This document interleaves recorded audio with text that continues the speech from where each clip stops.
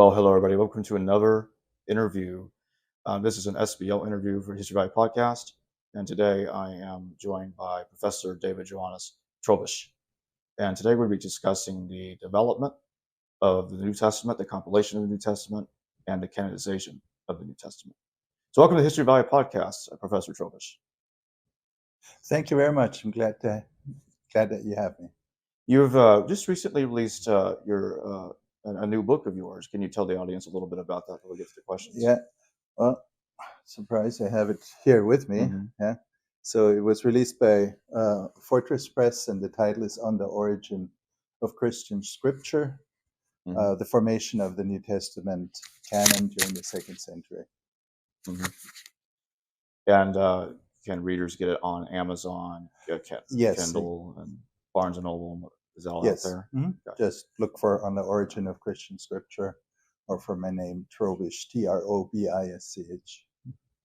I'll just want to tell viewers to check the description below to the History Valley Amazon affiliate link to purchase David Trobisch's book on Amazon. So I'd like to start us out with this question. Marcion is he's the earliest known person to have compiled some kind of canon. He has this collection of Paul's letters, the Apostolikon. He's got his gospel. And I know that in scholarship, in Marcionite scholarship, there's this question, there's this connection, there's this relationship between Marcion and Luke. And some scholars say that Marcion and Luke may have copied a common source. Most claim that Marcion copied Luke, short abbreviated Luke. But you say different. You say Luke copied Marcion. Can you tell us a bit about that? Well, so what you need to know about me, first of all, is I'm a scholar, so I'm not a pastor, or don't have to be aware of hurting feelings of people, but we understand scholarship that we follow evidence, and then we look at the evidence and we construct our theories.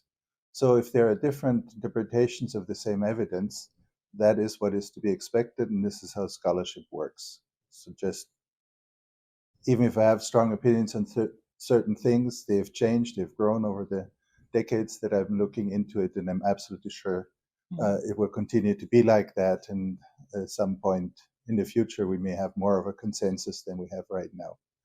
But this is the exciting part of it. Yeah, we're actually at a place talking about the New Testament, walking a path that hasn't been walked before, and it feels to those who are working in this particular field, like around Marcion in this edition, that we're really we're on new ground. There are many reasons for that. The main reason is that New Testament scholarship is supposed to stick to the 1st century, and church history scholarship is supposed not to mingle with the 1st century, but start in the 2nd. And so there are actually rather few people who feel confident on both sides to share their information, their studies, their scholarship, and be very, very clear and succinct about what we want to find out. My particular approach to the question is radical. I really want to follow the evidence.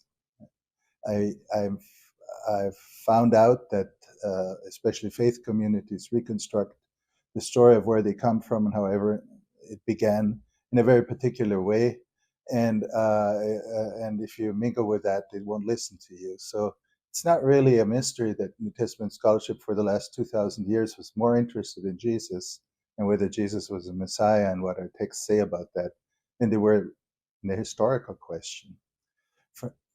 That, of course, after so many people have written about the historical Jesus, is a statement, and that I really have to explain.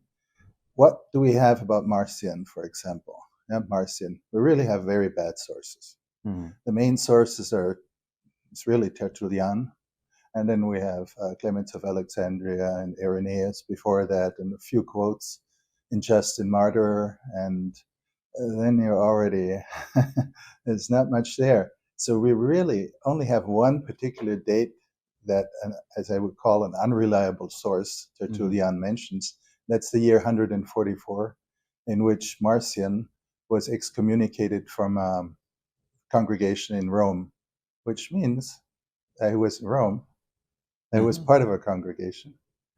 And the kind of Orthodox congregation that Tertullian thinks was Christianity, who writes about.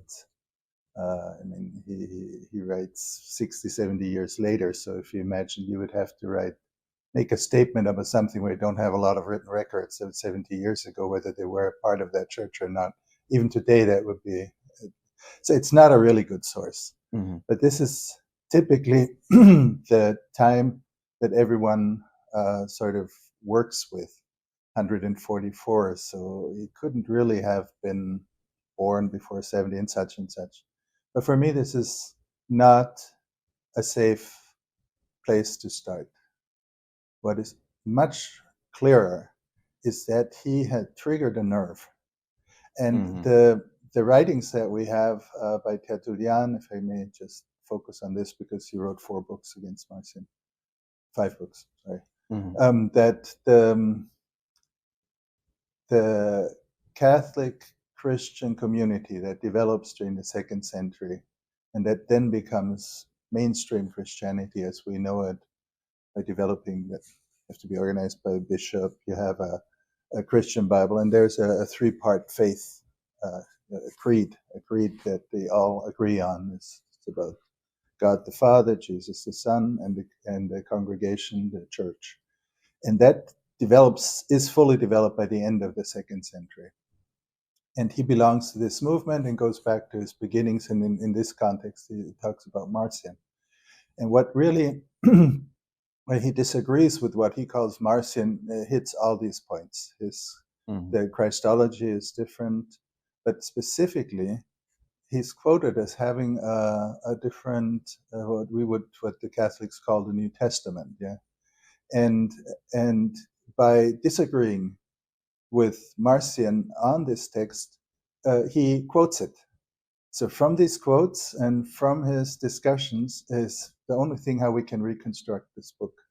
There are people out there who might even think Marcion may just be someone he made up to have an enemy, to tear down, which we know happens. And also, if you think about polemics between main church and the Mormons or the Jehovah's Witnesses, so you don't get information. In the 16th century, you don't get good information about Catholics if you just read the polemics about them. So we have this kind of difficult sources to handle. And there have been really great attempts on reconstructing this text during the last few decades. Ulrich Schmid did a fantastic work on finding the few things that were different in Marcion's edition of the letters of Paul. It's only 10 letters instead of 14, so 4 of them. It's the letter to the Hebrews, 1 Timothy, 2 Timothy, Titus, go out the window immediately as later additions to an older one and to an older edition of what Marcion probably called the New Testament. The title is probably from Marcion. Don't want to go into the reasoning too much, but it's basically, again, Tertullian. He does not use term New Testament when he talks about the Catholic Christian Bible. He only uses it when he has polemics against Marcion. So it's one of it's little indications, but this is it's not the kind of source historians really love. When people fight each other and quarrel, they usually tend not to say the truth about the other person, but want to point out that they are right and nothing else. So this is a really wild situation, but reconstructing the text is not impossible. There are some very clear indications where, like, Origen would say, well, the letter to the Romans in the Marcionite edition stops with chapter 14. So the last 2 chapters, 15 and 16, are not there. I'm also a text critic. I'm one of the editors of the Greek New Testament, the Nestle Aland edition. Yes, this is if you look at the manuscripts, you see that this is a complete chaos. The last 2 chapters, they're always there, but they have the variants that have survived in the copies show that there's something going on. There's the doxology at the end sometimes shows up after chapter 14, sometimes chapter 15, sometimes after chapter 16. It's not a typical ending. for a letter, it's a doxology, God, praise of God, and sometimes it's not there at all, and such and such. So this is what you typically see in secular literature of antiquity when more than one edition merges. The scribes always want to have everything, so they will copy all the variants of each of the editions they can get a hold of, and then it depends what they copy first, and you get exactly this kind of picture. So there are indications that Origen actually saw the book, read it, and so on. The same is with Tertullian. But even there, we're not completely convinced whether he read it in Latin or in Greek, or as Marcus Vincent, for example, thinks it might have been a bilingual. Yeah, that this edition was in 2 languages. For an historian and exegete, there's a huge difference. If you're interpreting a bilingual, where already those who produced the copy and those who are reading it already are aware that there are different variants, common variants, but these variants can be whole chapters. Yeah, this is a very different situation. Modern Bible readers always get cleaned up English translation that made all these decisions for them. And if they have something that NRSV or a little more scholarly things, they will have footnotes that say some manuscripts don't have this and that. For example, Jesus and the story of the women caught in adultery is not in our Bibles anymore because the oldest manuscripts simply don't have it. And others, but you still have it in translation with their brackets around it. Look it up. It's end of John 7 if you're a Bible reader. And also the longer ending of Mark. Longer ending of Mark, and ending of Romans 16. There are a lot of there are quite a few passages that are substantial and change the meaning, but we can't quite decide which is the earlier one. So we find the same situation sometimes reflected what I call the canonical edition. With that I mean is exactly what American Bible translators will translate, because we know what the New Testament looks like. It has 27 writings. It's 4 Gospels, 14 letters of Paul, 7 Catholic letters, Acts, and Book of Revelation. So we know this is what I mean with canonical edition. So now, getting back to Marcion. So we don't have manuscripts, Marcionite manuscripts. We only have reconstructions of this text. And the big question is just the question you asked me: where's the hen and where's the egg? Is one is Marcionite edition is much shorter, 10 letters of Paul, only 1 gospel. Doesn't have 27 writings, only 11. And is this like they're just picking and choosing and taking the things that are nice and leaving out the other things that are tough? Or is it the other way around, that the Marcionite edition was the first one? What we're reading in the New Testament, in the canonical edition of the New Testament, is an interpolated and enlarged edition. Interpolated meaning that if there was a passage that they felt didn't represent their orthodox feelings about a certain topic, instead of deleting it or editing it, they would simply add. Because if you compare those 2 editions, they don't rewrite passages. One is simply shorter and the other one is longer.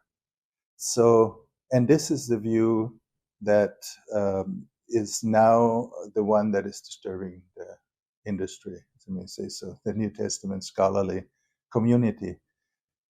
These discussions were already held or were done in the 19th century. A lot of learned scholarship which is still available. And according to Matthias Klinghardt, who was also produced an edition of the Marcionite Gospel, probably the most 1,200 pages. That says a lot. And the Marcionite Gospel is only about half the size of the Gospel of Luke. Yeah, so there's a lot. He really went to all the sources and reconstructed. So when Matthias Klinghardt looks at it, at the scholarly discussion, he thinks that it was simply abandoned without ever finding closure. The discussion whether Marcion was part of it. It's not like there is this book that has proved that Marcion could not be the predecessor. But at the same time, the two source theory that most people now, so what is the two source theory? One of the big exegetical questions we have when we look at the New Testament is the first three Gospels have so much text in common, not just the same stories or so, but really literally the same phrases in Greek, organized in the same arrangement, basically, with a few changes. This is unprecedented. It's hard to find literature that is literally so close to each other. So this problem of explaining how this comes, how this happens, is called the synoptic problem. Yeah, you look them, put them next to each other, so synopsis, and then you look what the differences are, and you see that the differences are actually very meaningful. They're done on purpose, and this intentional. It's not haphazard. These are not independent sources. Yeah? And then the discussion is, well, who copies who, or did they have a common source? And in this direction, which Germans call Literaturkritik and the Americans probably would call source criticism, that's a synoptic problem. Much literature out there, and one answer is the two source theory that thinks that Matthew and Luke had Mark as one source, and then in addition they had a second source, and that source is called Q, because it was German scholarship. They're known for not being very imaginative, and Q is short for Quelle, for source. If it'd been American Germans, you would have called it the source S, source. Yeah. So it's Q, and that has dominated the discussion in the 20th century. The shortcoming of this is that you have to add a lot of additional hypotheses to make Q work well. So some will say, well, he didn't really copy Mark, but they copied an older Mark that we have lost. Yeah? It's not there anymore, and so on and so forth. And then it's not a two-source theory anymore. And from a theoretical point of view, theory of how to do science and how to do scholarship, the more hypotheses you add, the probability of your result being correct it's not half as much, but it's only a quarter as much, and is reduced to a level where, well, let me see, I taught it of course, at the university. You need to know about it. But if you then do the exercise in class, give me one observation. Let's say we discover one more observation that doesn't fit the two-source theory.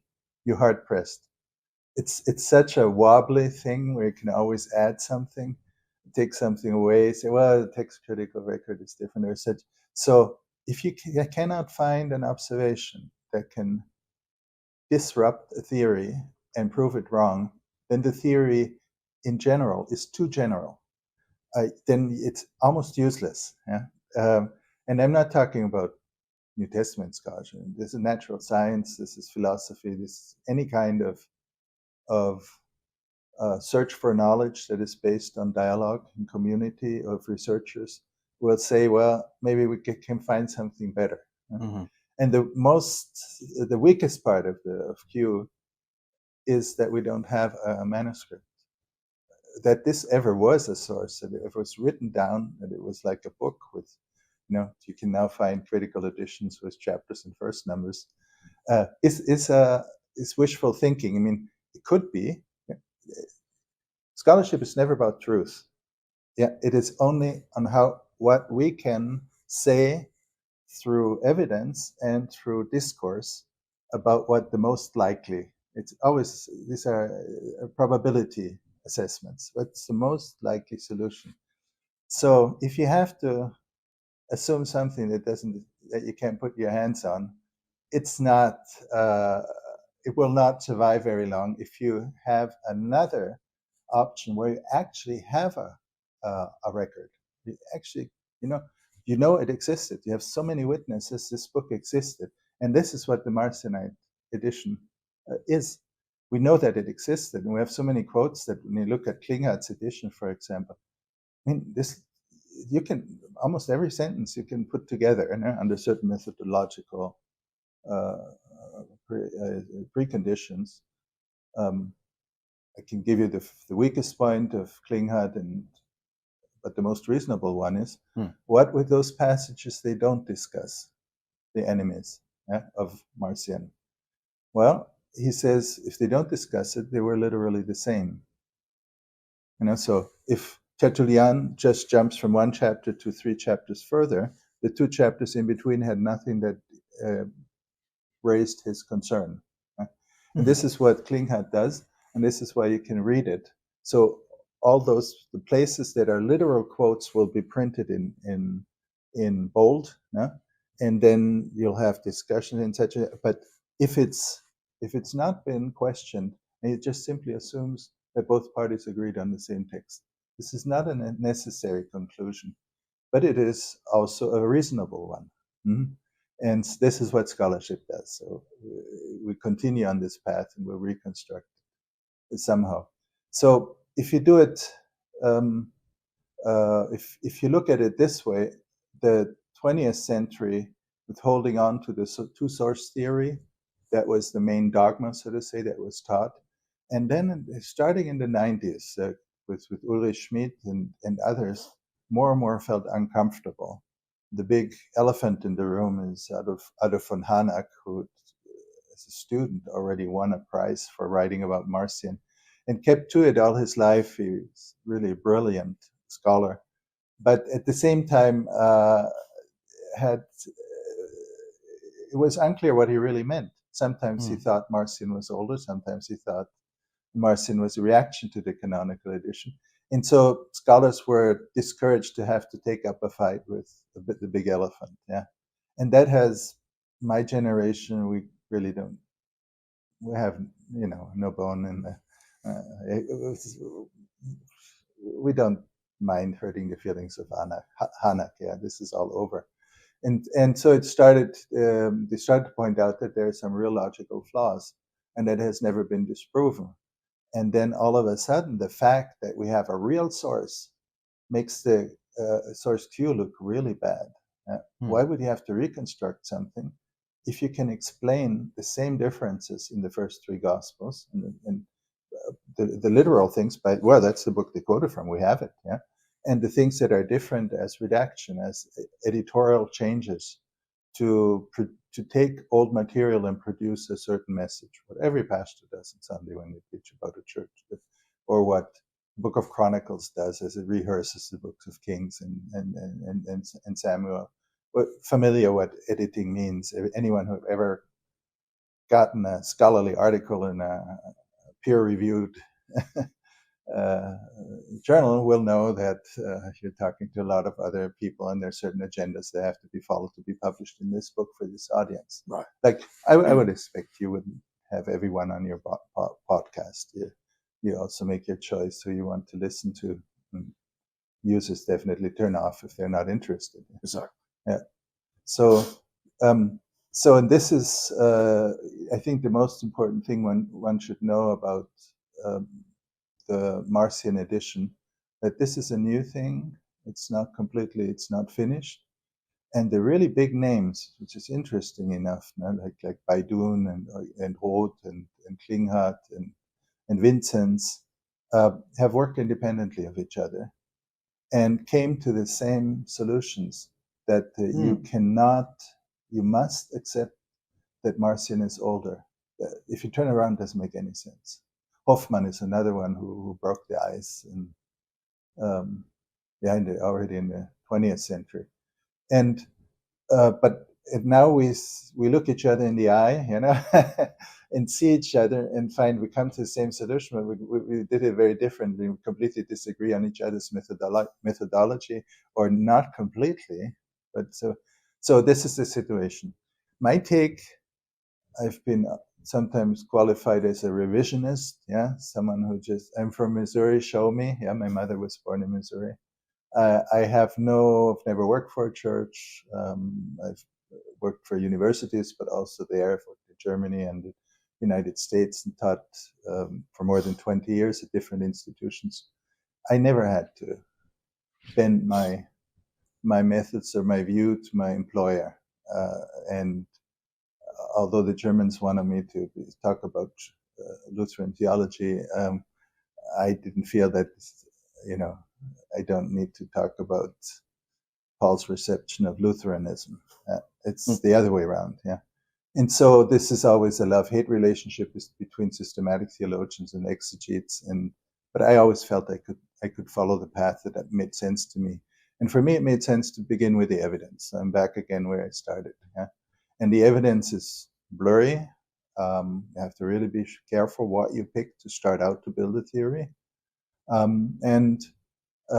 My big absolute big insight was when, as a text critic, I'm of course look at and study and enjoy the oldest manuscripts of the New Testament. And I became a specialist in this. I was published several books just on the manuscripts of the New Testament.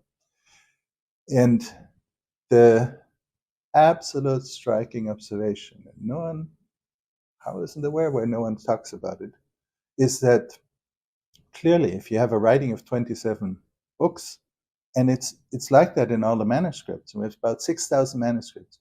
I mean, that's it, not complete. These 6,000 are not complete with 27 writings, but they always have one volume.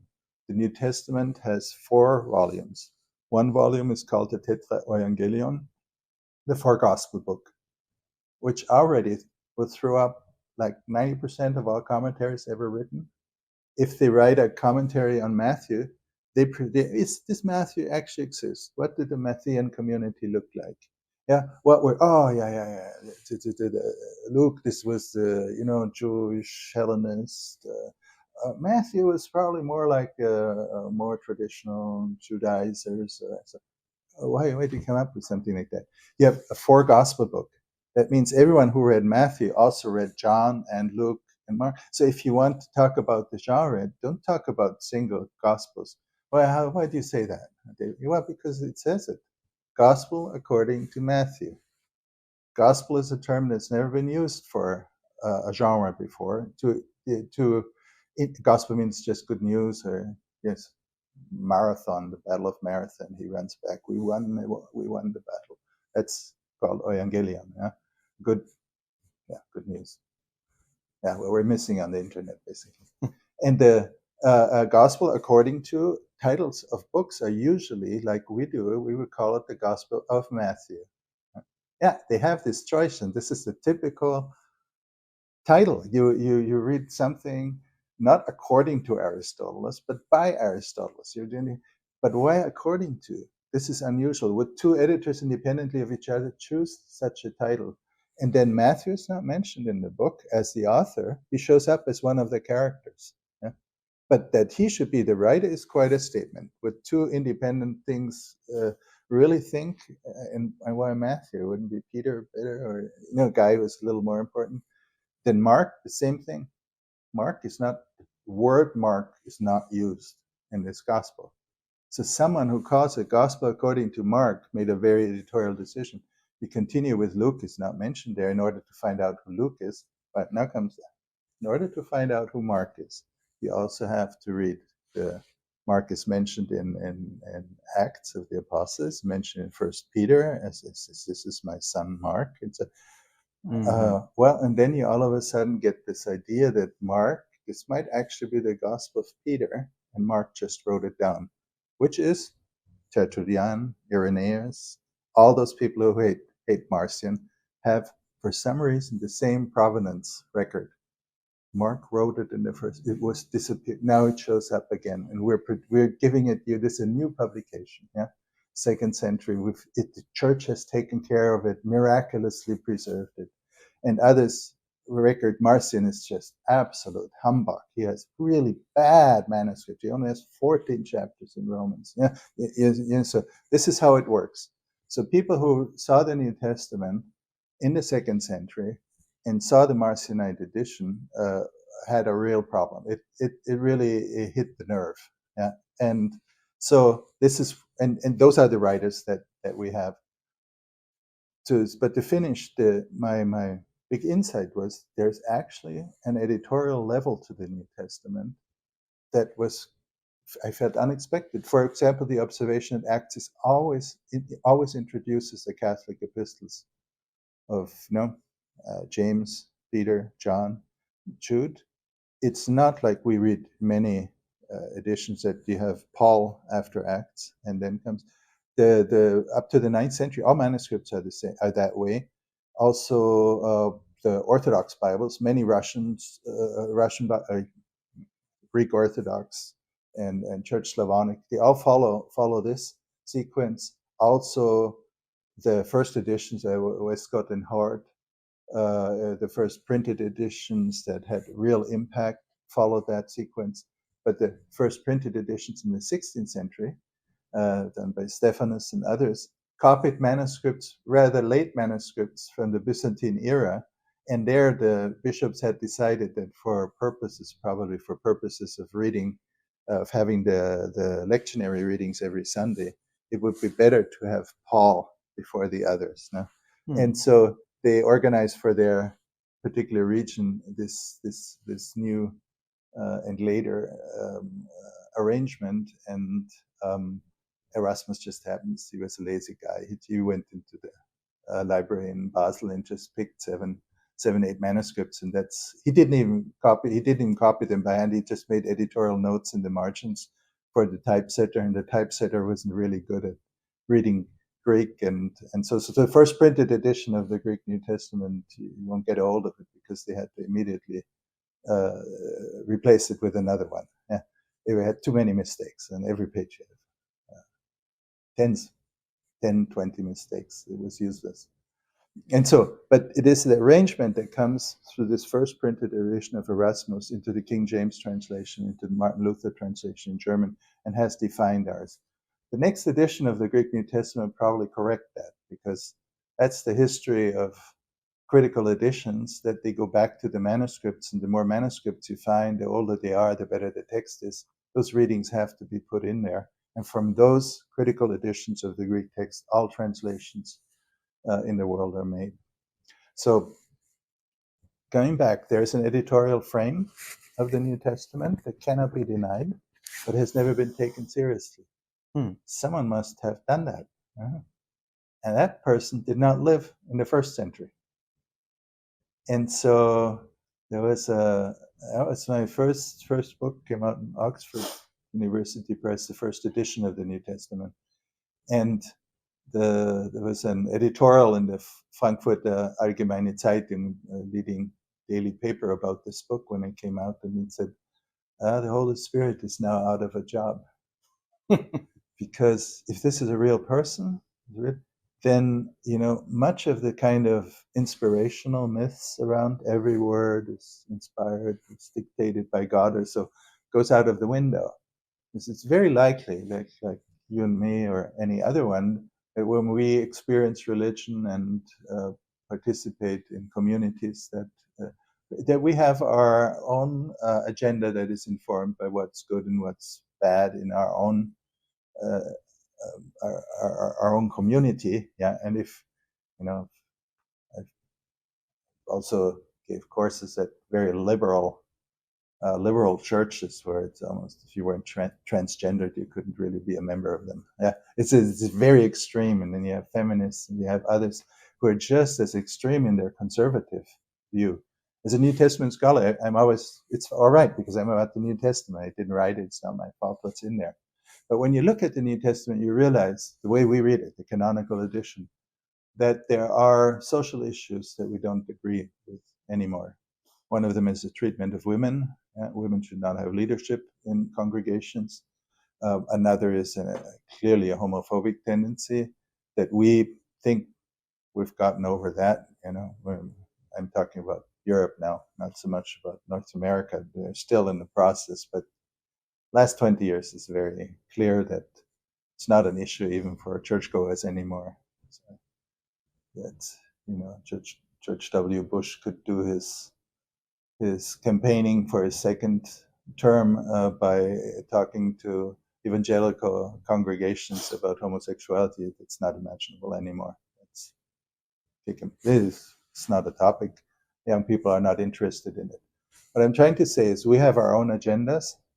As we travel between cultures, we find out that not everyone belongs to the same, has the same feelings about what's right and wrong.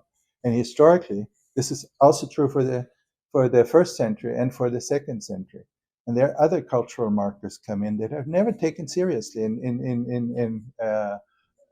New Testament scholarship. The most obvious one, it's so obvious that we don't see it anymore, that this is written in Greek. Jesus didn't, when he spoke to the peasants, his words on he didn't speak Greek. Yeah, very clearly, we've already shifted to a completely different group. Yeah, these are not fishermen reading. These are very educated people who can read Greek, or very educated enough that they can read, that they appreciate a Greek text, and they're not going to live where Jesus lived. Yeah, that's pretty obvious as well. And then you look at, the letters are all written in Asia Minor or Rome. This is where this book comes from. The center of Christianity in the beginning of the second century or so was neither Asia Minor nor Rome. It was Egypt. Egypt is not a topic in this. So you see, once you realize that there are certain people who must have done it, you actually have handles to place them by looking at what is important to them as far as society is concerned. I call them social issues, what I like to call them. And they represent their readership. The readers didn't want to have women. Yeah, no, that's not what I wanted to say. What I wanted to say is that the discussion of women leadership was there. And you have the one group who says, I think this is wrong. Yeah. Why do they think it is? Because it happened. Yeah. So obviously you have another group where it happened and they had women leadership. The Montanists, a movement, second century. Tertullian in his old days becomes a Montanist, was led by two women, two prophetesses. Although he writes in his early days that women cannot, and such and such. So now you get these handles about placing it. And it seems a publication that was designed from the beginning for actually a rather large audience. People in Asia Minor would have loved to read it, which is Asia Minor and Greece are where most of the writings refer to, and of course Rome as well. And then the story of Jesus is also placed in this context. It's clear as it's in Luke. Who was the emperor at the time, when Jesus was born. That's a Roman perspective. And goes through the book of Acts and ends again in Rome before Paul dies. And so the last sentence is Paul is in Rome, lives there for 2 years, but he's still alive. So all of this was I found mind-blowing, and that was the first edition of the New Testament. It's a book 30 years ago. And that book it was handed into the University of Heidelberg as a Habilitationsschrift.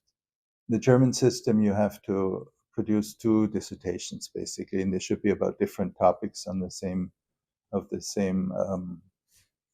discipline. So the dissertation was about Paul, and my Habilitation was the first edition of the New Testament. So moving away 100 years, from the other topic, and so looking at it.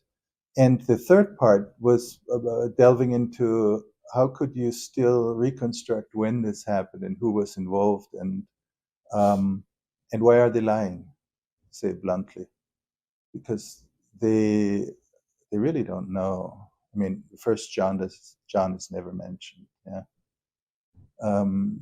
Well, you can get away with it. You thought about it and you made a mistake or so. But if Second Timothy was added, no. These letters look like they are original letters. Yeah. End of Galatians. Look at how end of Galatians I write with really large letters. Yeah. This indicates that's the publisher that I'm looking for. Yeah. Who could have published that? Must have had access. Either had access to the original, because this handwritten thing is only in one copy. It's in the one copy that was in the mail. You don't keep copies of handwritten. This was an authentication, like a signature. Or End of Thessalonians. I finish all my letters with my own hand, and this is how I write hutos grapho. So here, look, this works best if it only works. Or let me say, the publisher signals that he has an authentic letter. These passages um, are there to authenticate. And then you continue to look at it and you see, oh, this is actually a common theme. All of these are genuine books. Most churchgoers will think, when you say Matthew's Gospel is not written by Matthew, why? So, well, look up any introduction to the New Testament. You'll find out that the consensus is that, with the exception of maybe 6 letters of Paul, none of the writings were written by the people that are associated with. Really? Say, oh, they also don't know if they're not written by that, but there's no indication that it could be, and they can give you their arguments, why this is so. And if you read Moby Dick or You Call Me Ishmael, he's lying to you in the first sentence. It tells you already that he's not going to give you his real name, and you still enjoy reading it because it's literature. So lying is not the right term. It's a literary device. You create authority by using big names, but you also know it's not genuine. Harry Potter is like that. You already know you live in a world that is different, but still you wouldn't forgive them if they had inconsistencies as they relate to each other. If the age isn't the right one, it's right in one chapter, it's wrong in the other. You can't do that. So it's called editing. The editors pick that up. So this editorial frame indicates, and this is now the second book that I wrote about it, because I thought, if you point out that there's this editorial frame, and it has been very acceptable, the term canonical edition is now used by many. It didn't exist before, and their dictionary articles are so who just assume now everyone knows that the New Testament was broken up in 4 volumes and is a part of the final editorial frame. Now, no one knew that 30 years ago. But the consequences have never really been drawn. So the third part of my habilitación that I handed in was following those lines, and I had my working title was The New Testament as Forgery. And the colleagues had already been teaching there for 10 years as an assistant professor, told me they're not even going to, no matter what's in that book, with a title like that, we'll never pass you through this second dissertation. You don't get a grade for the habilitación, but they have to say, yeah, you could be a professor among us. Huh? And I say, you can't. Huh? So I was advised not to hand it in, and I didn't. And so the last 30 years, I had the chance of watching other scholarship and seeing what emerges, and found out that now we know a lot more. And I'm so happy I didn't hand it in at the time. And that's this other book, trying to find out more who did it and why. And in this context, of course, the observation that there was a Marcionite edition is absolutely essential, because it gives you one of those markers. Those who put the canonical edition of the New Testament together hated Marcion. So if you find anti-Marcionite tendencies in it, it shouldn't be a surprise. Give you an example. The Book of Acts, which is clearly not the Marcionite edition, if you look at it from that perspective, was added by those who put the canonical edition together. They added to Marcion's Gospel 3 more, and they interpolated as they enlarged the Gospel of Marcion by about 30% of text. So, and then the Book of Acts has absolutely no precedence. It's never quoted before Irenaeus, who writes around 180. So even if you're conservative, you can say maybe 150. You have no records of it, so no one can prove. The discussions that you see among the colleagues, was it in the 90s, was it in the 70s? It's so ridiculous. If you go at it as a text critic from the manuscripts to defend, you have nothing, not even a quote or so before that. So if you look at it the way I do, that this is actually put in at the time that the final edition, the canonical edition was put together, it all falls into place, because the Book of Acts actually, by linking it to the 4 Gospel book, through Luke, and the same author says we belong together. So these two volumes might be separate, Pax Apostolus, which is Acts, it's Catholic letters, but it is connected. Then you look at the contents. One of the issues the critics have with Marcion is that he believes in Paul. So he believes in Christ, but not in Jesus. I think that's a blunt way of saying it. But Christ is accessible to the readers, to everyone forever, where Jesus was just accessible to the eyewitnesses. So by being, it's not even clear that Marcion wanted to say that, but it's clear that he was understood that way.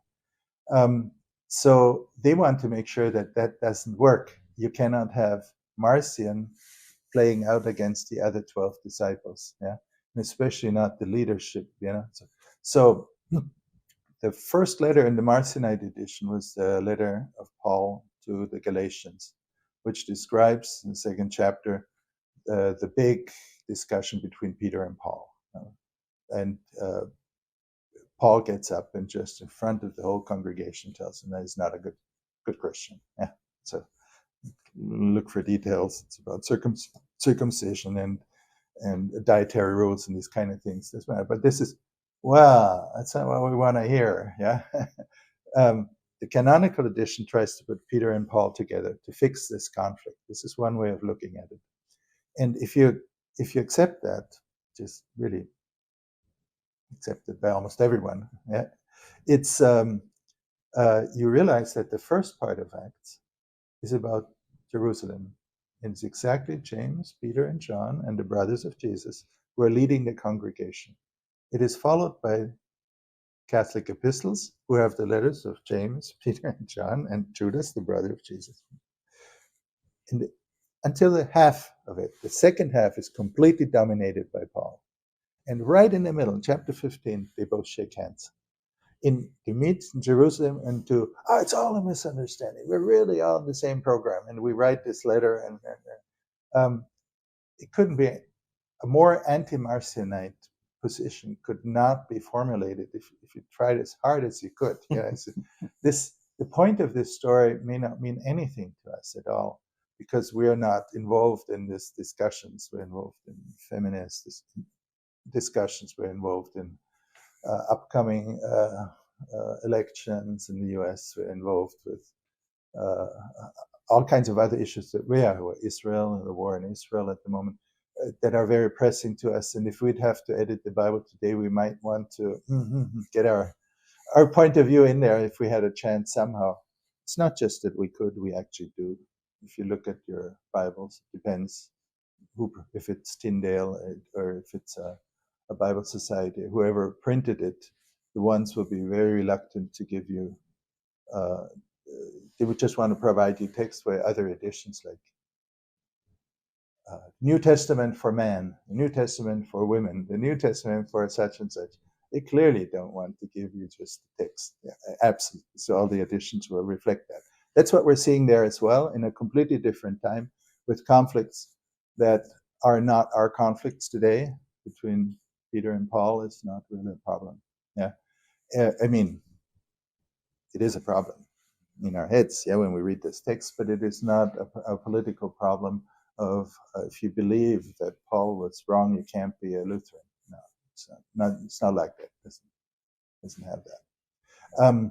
So this is this is what we see in the second century with these editors.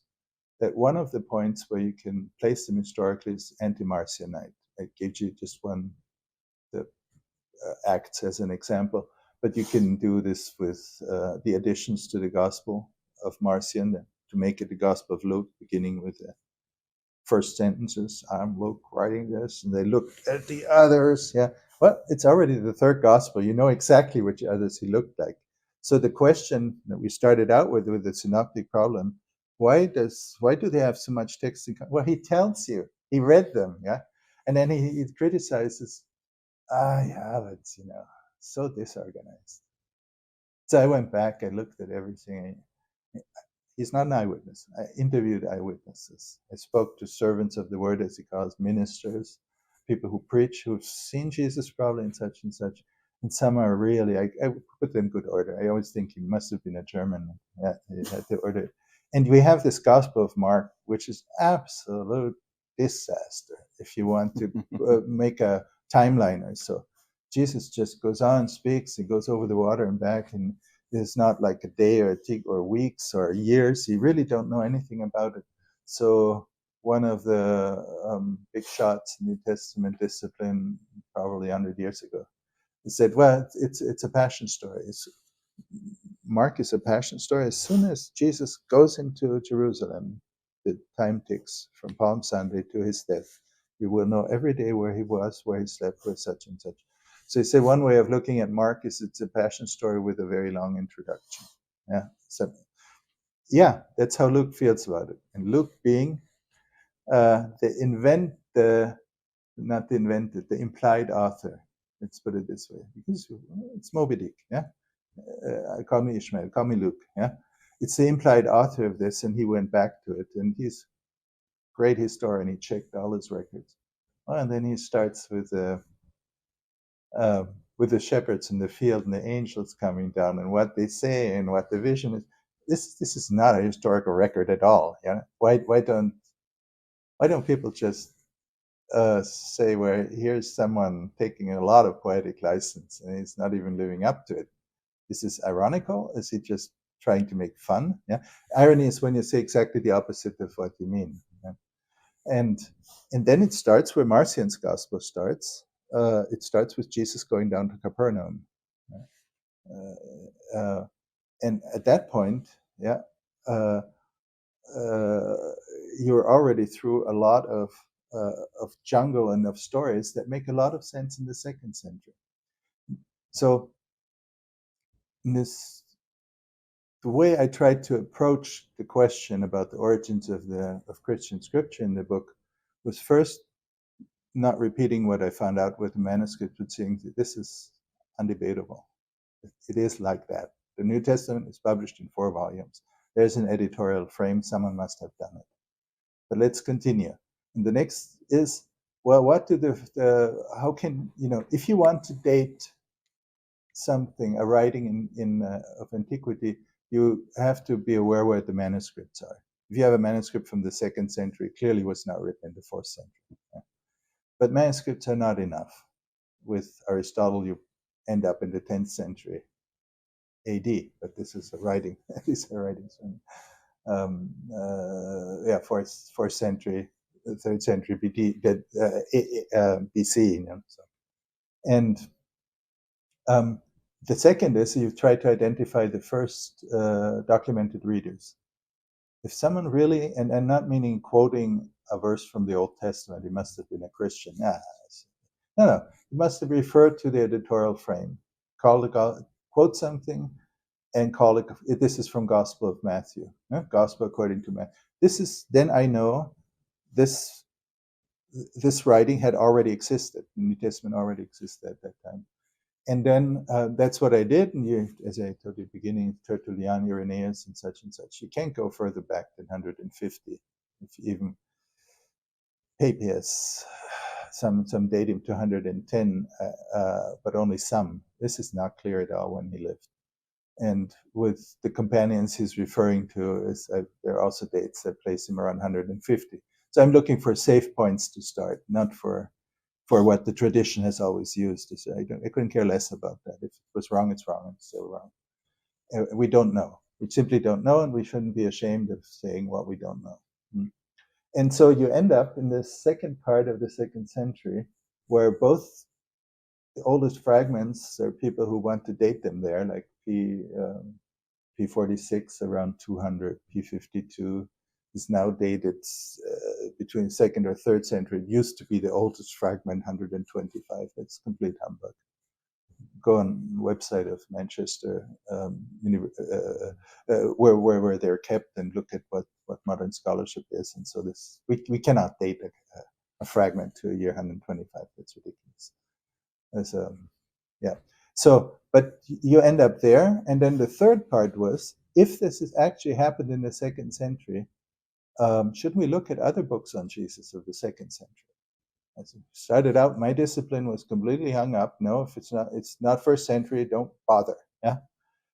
And there you find out that there are 50, 60 gospel books out there. Yeah. So that some of them can very comfortably be dated into the 2nd century, for example, Gospel of Mary, because the oldest fragments are from the 2nd century. You can move around. With literature, it's always hard to, literature is to a general public and often doesn't want to be dated as a fact. But if you have a copy, this is pretty good. If Irenaeus talks about the 4 Gospels and has an explanation, yeah, they're like 4 winds, they're 4 directions. He had 4 Gospels.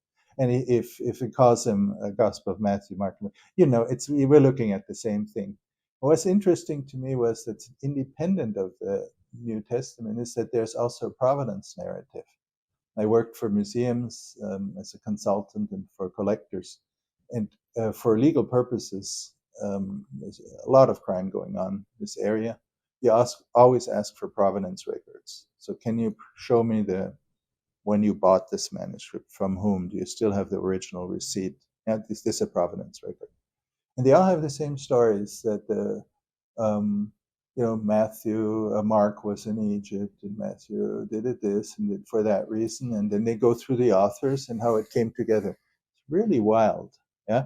So you think that whoever put that out also put out some kind of a PR press release, why this is so important, and it helps you understand the mindset of the editors and how they thought what would be convincing for their readership, and so you get a beautiful, valuable a record for 2nd century Christianity. But you also get a comparison with other books, and you find out there are so many Gospel of Valentinian, Gospel of Thomas, yeah, they belong to that period, and none of them, the historians say this are useless for historical purposes. Yeah, they're just some of them are just making up what they need. So they're solving problems of the 2nd century by using voices of the 1st century. Yeah? This is basically their one of their methods. And then at the end, you wonder, well, why of all these should just the 4 Gospel book be the one that has reliable information? And you can go to Josephus and check it, but with the others you can't. You must say that the genre does not allow this conclusion.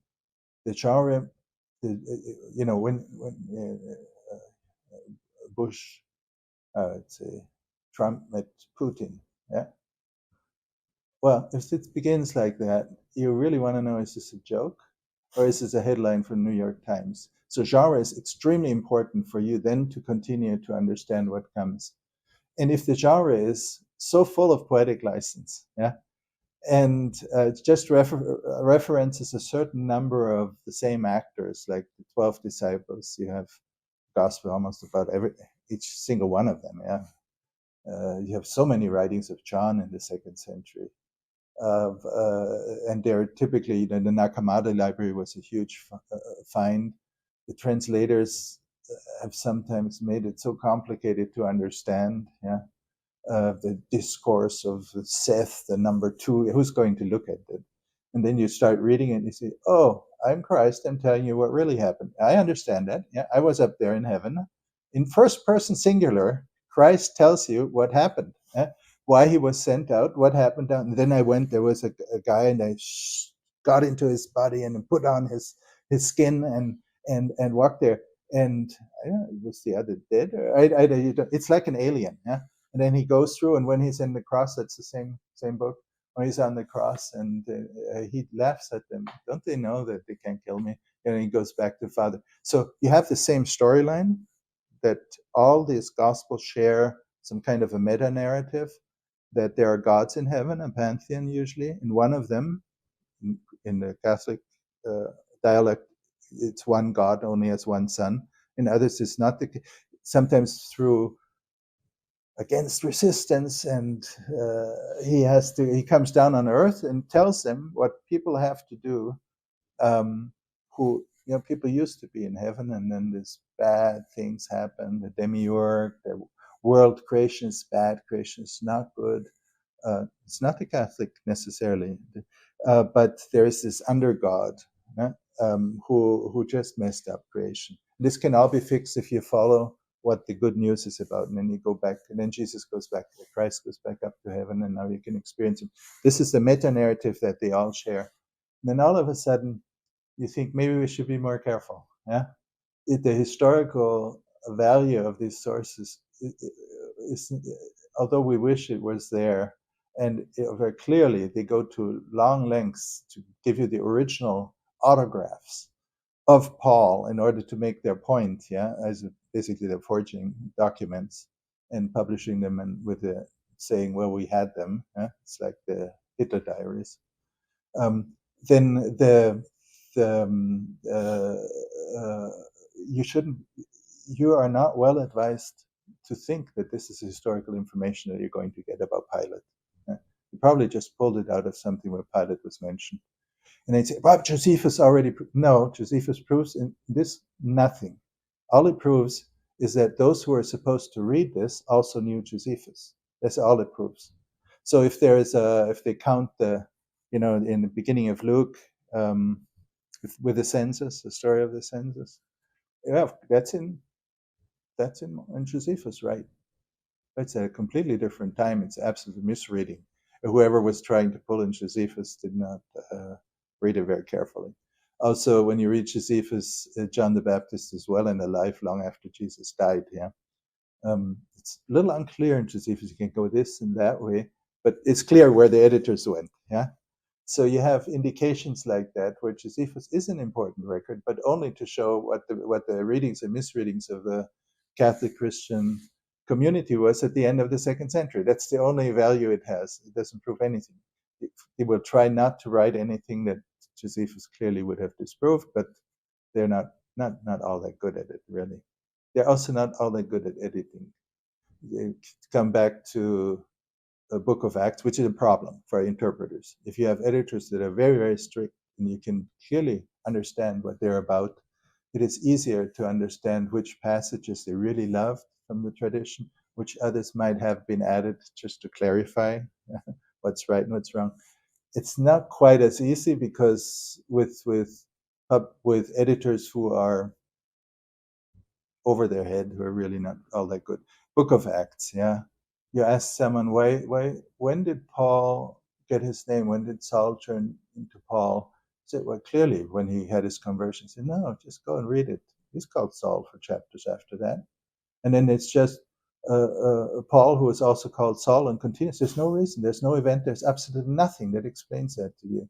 If you tried to get that through the editors of Fortress Press, they would say, David, all right, just make up your mind. Wouldn't it be better? So, or the vision of Paul. Sometimes everyone hears the voice, sometimes no one hears the voice, sometimes they see, they don't. You tell it 3 times in the same book. Please just clean up your act, do that. And they're more than, I did that just with students reading the English Bible once for a class exercise up to next week. Everyone has to find one of these things. Dear Bible Society, I have this wonderful book here about the first apostles, and I would like you to publish it. Any suggestions? And you write suggestions. And no one was allowed to repeat the suggestion someone else had already posted. They came up with more than 40, like, on that level. You really think, no, this book would not pass modern standards, but also not ancient standards.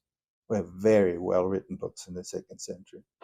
Give you an example, the story of Alexander the Great by Arianus. Mid-2nd century, it's completely same period. Very well crafted, very well designed.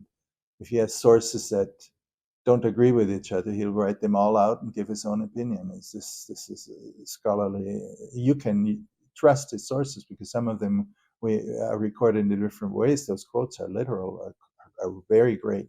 New Testament, you don't have any like that. I wrote this with my own hand. Yeah, that kind of historical. It's a different genre. It's Harry Potter for Christians. So something like that. So what is the historical value of that? Is it describes the time when the Catholic Christian movement evolved. It also clearly documents what they didn't like about the other movements that also called themselves Christians. Christologically, they don't want to have a second God, a lesser God, who's who's in charge of all evil things. They didn't listen to the Midwest Christians because they believe in the devil. Everything is bad. There's the devil. The devil is introduced at some point, in the tradition between the Old Testament that's needed for a long time. It comes up at the end with the book of Job and Maccabees and so. But before that, God did the good and the bad. Yeah, God was absolute. You couldn't trust him in the sense, but because you couldn't criticize him. He did what he wanted. He made the law and broke it at the same time, and that's okay. Yeah. But then God becomes the good after the exile, probably through Zoroastrianism that invents this bad God. In the exile, they would have been exposed to this kind of thinking, and after the writings that are written during that period and afterwards may have introduced, we don't know. At the time of the New Testament, the Greek people reading it, or the audience already explained, they believe that there's a devil, and leave you with that.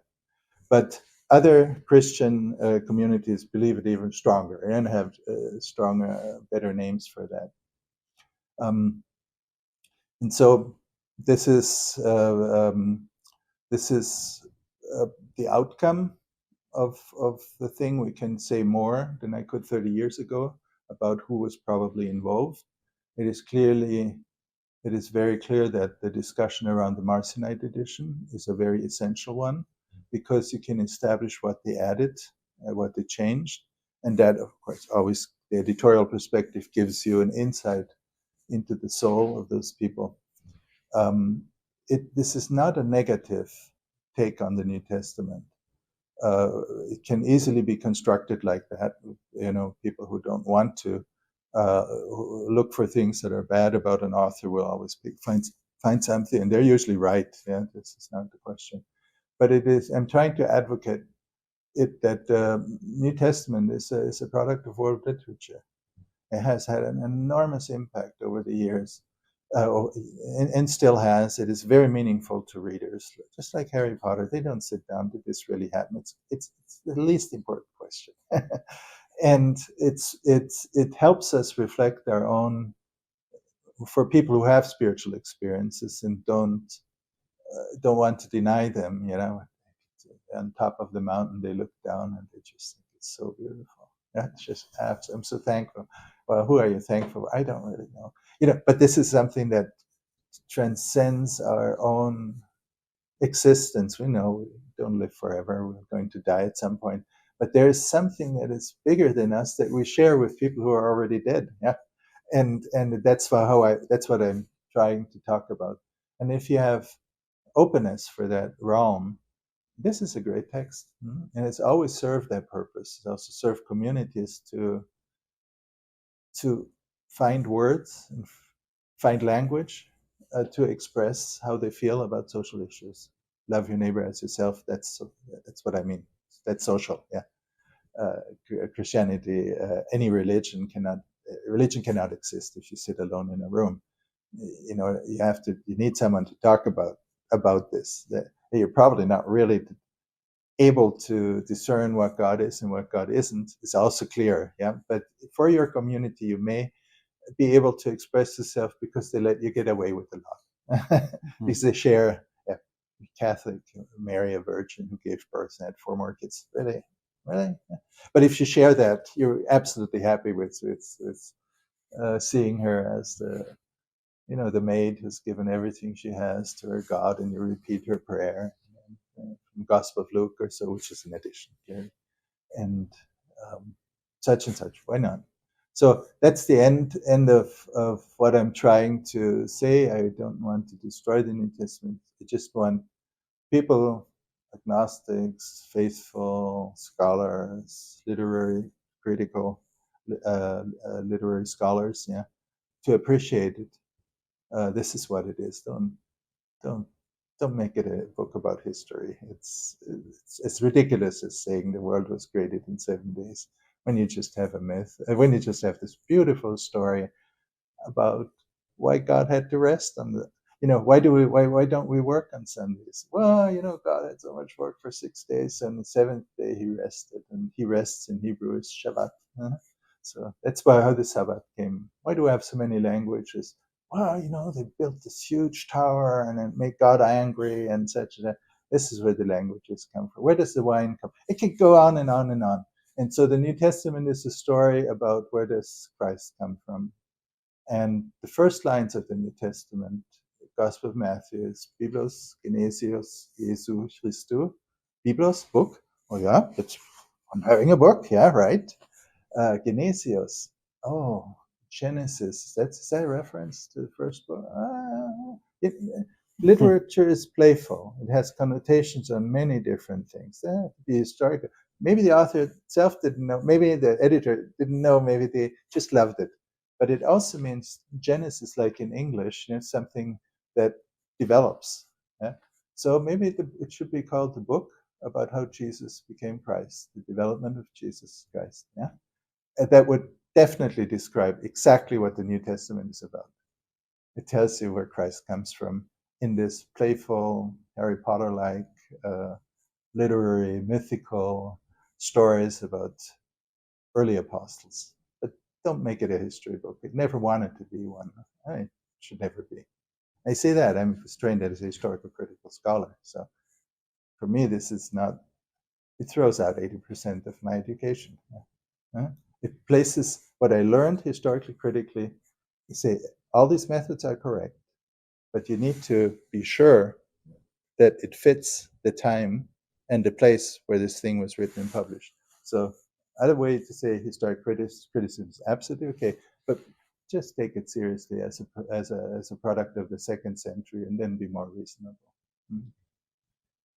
So when you look at the double tradition material in Matthew and Luke, which scholars believe came from the hypothetical Q document, but you look at Marcion's gospel, you're saying that Matthew and Luke got their double tradition material from Marcion. Now, you pointed out that Luke also says that he utilized sources, documents prior to him. Well, I can stop you right there. Okay. What is different is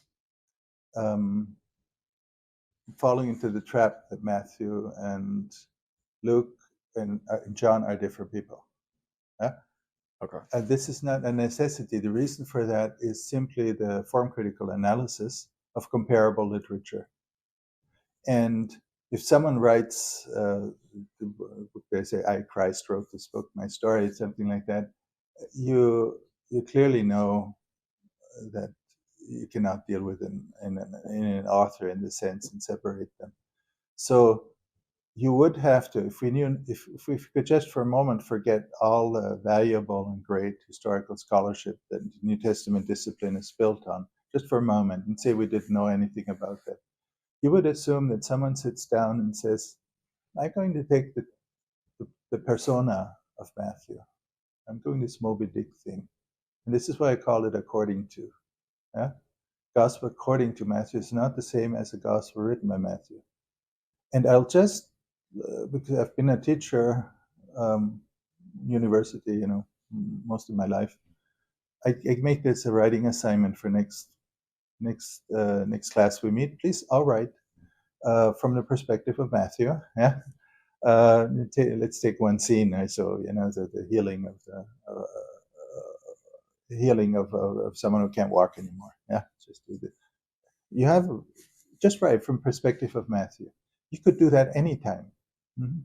Gospel according to what is it, Garth or whatever, there are very, very famous examples also at our present time where this is done, this exercise, where they simply do according to, and they imagine imaginary character. This is what the genre is about. If they have a Gospel of Mary Magdalene, it's not that Mary Magdalene wrote it. It is just that someone is telling the story from the perspective. There's not really a mystery that Mary will bring up, well, he liked me. He spoke to me. And then Peter answers, says, well, what did he say to you?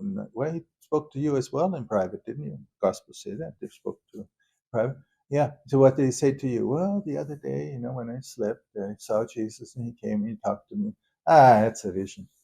Yeah, if you have a vision like that, why should it be any meaningful to me? So how about Peter's? It's a beautiful debate. Yeah, and then she says, "Well, don't you think we're talking to God, or do we really need to have Jesus around? He's not around anymore." So he says, "Do you think that anyone who has a vision is lying?" It's a really good question. So using the character of Mary Magdalene and retelling the story from that perspective has real depth and will introduce certain issues that another character would not introduce.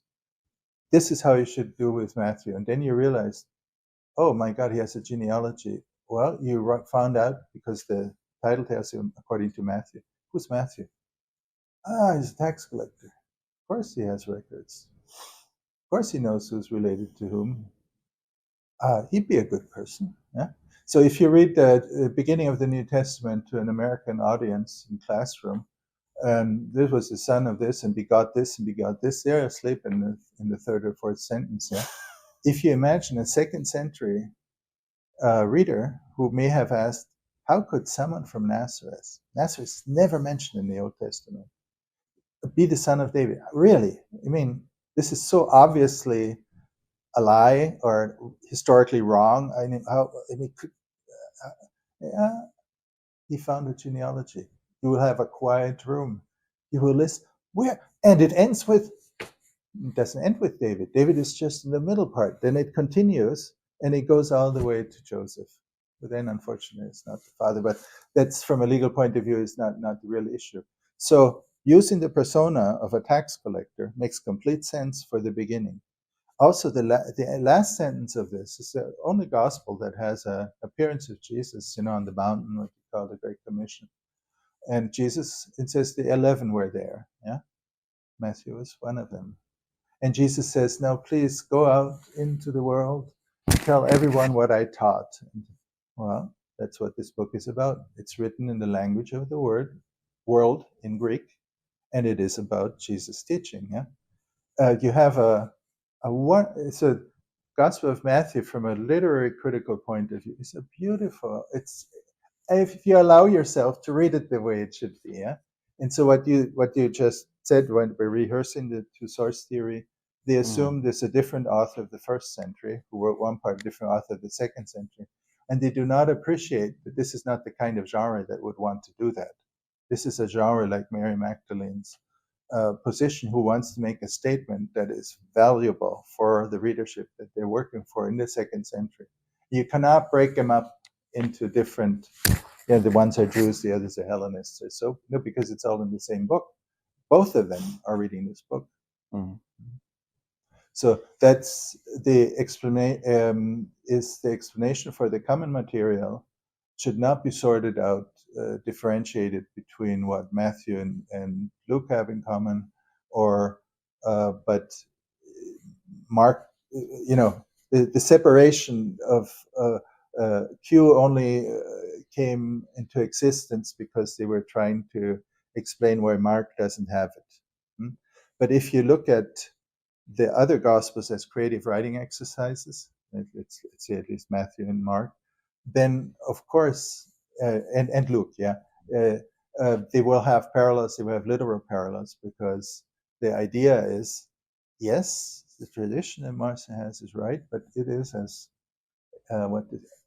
adulterated is the word that Tertullian uses. We have the originals. It continues also that they also give you the name of who put it together, who the editor is. It's mentioned in the introduction of the Gospel of Luke. It's Theophilus. It's the only time an editor is mentioned. Is Dear Theophilus, I put it together for you. And there are these two others. Well, they're also there. Yeah, Theophilus collects it all and presents it. When does Theophilus live? Well, the latest record in the story, what I call the editorial narrative, will be before Paul dies, the end of Acts.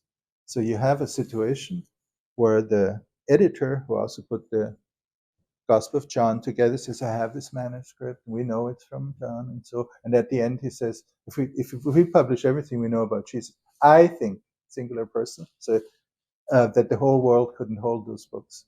So if you read it as a literary unity, like you read, again, Harry Potter, and in any kind of a collection, then you're looking for an editor in the first person singular. There's only one other place he gives you the name Theophilus. This is, from a literary point of view, absolutely acceptable. James Joyce, read James Joyce that way. It's absolutely acceptable. In a book like Ulysses, where every chapter follows a different genre, it's absolutely acceptable that it's always the same person. Yeah? But if you look at it by falling into the trap of the provenance narrative, that this all goes back to sources from the first century that miraculously disappeared, but were kept, quoting, yeah, were kept in the archives, yeah, and now are available and accessible, yeah. Then this is interesting that both the real right-wing conservative Christian and the most liberal historical thing fall into the same trap, as if they were not able to understand, and you read Mickey Mouse, that this never really happened, And it doesn't mean this is bad. They're just trying to make something out of a book that the genre doesn't want to be. And then you always miss. It doesn't matter with which genre you do it. If you take a joke seriously, yeah, you end up in a lawsuit. Yeah, but if the judge then says, well, any person would have known, yeah, that this is a joke, this is irony, this is because it says it on the cover of the magazine, they're thrown out of court. So the misinterpretation of genre is not good, and this would be another argument that the two-source theory only works if they think they have documents there, yeah, that are from the first century. It's exactly what they're supposed to think. In my book, I go through this. I give these examples about gospels, other gospels, and I also show modern examples. This is not a problem of antiquity. It is a problem of dealing with this kind of pseudonymous literature, and if they are with intent, if they have the intent to deceive you about true authorship. So, for example, the Hitler diaries upset a lot of my colleagues, are a great example to show that. Also, what they do with Q happened there, that the historians were looking for inconsistencies in order to find whether this is historical or not. And then they looked for handwriting examples. Yes, because they were all they were all autographs, the Hitler diaries. They were looking for handwriting of Hitler. They found one, compared it. Yes, it was the same handwriting, because the handwriting was also done by the forger. They did the example to show them what was this. These are strategies that have always been used and will always be used. Yeah, and don't fall into that trap. So that would be the short version. So if you assemble this in a diagram, if you could describe it, which one of them came first? I mean, and then which one is the last in the diagram? Yeah. So this is something that I refuse to do. Okay. In some sense, not completely, of course, because it increases the plausibility if you can say where it comes from. But as a method, as a scholarly method, I think you should start with evidence. And when it comes to literature, you start with what you have. And we only have, Four Gospel was one of the examples, we only have the collection, we don't have the single writings. So if there were single writings, this is one possibility from the first century, but we don't have records about that. So there's no proof for it. Or if you take the other example, we look at other Gospels of the same time and see that they're all pulled out of thin air.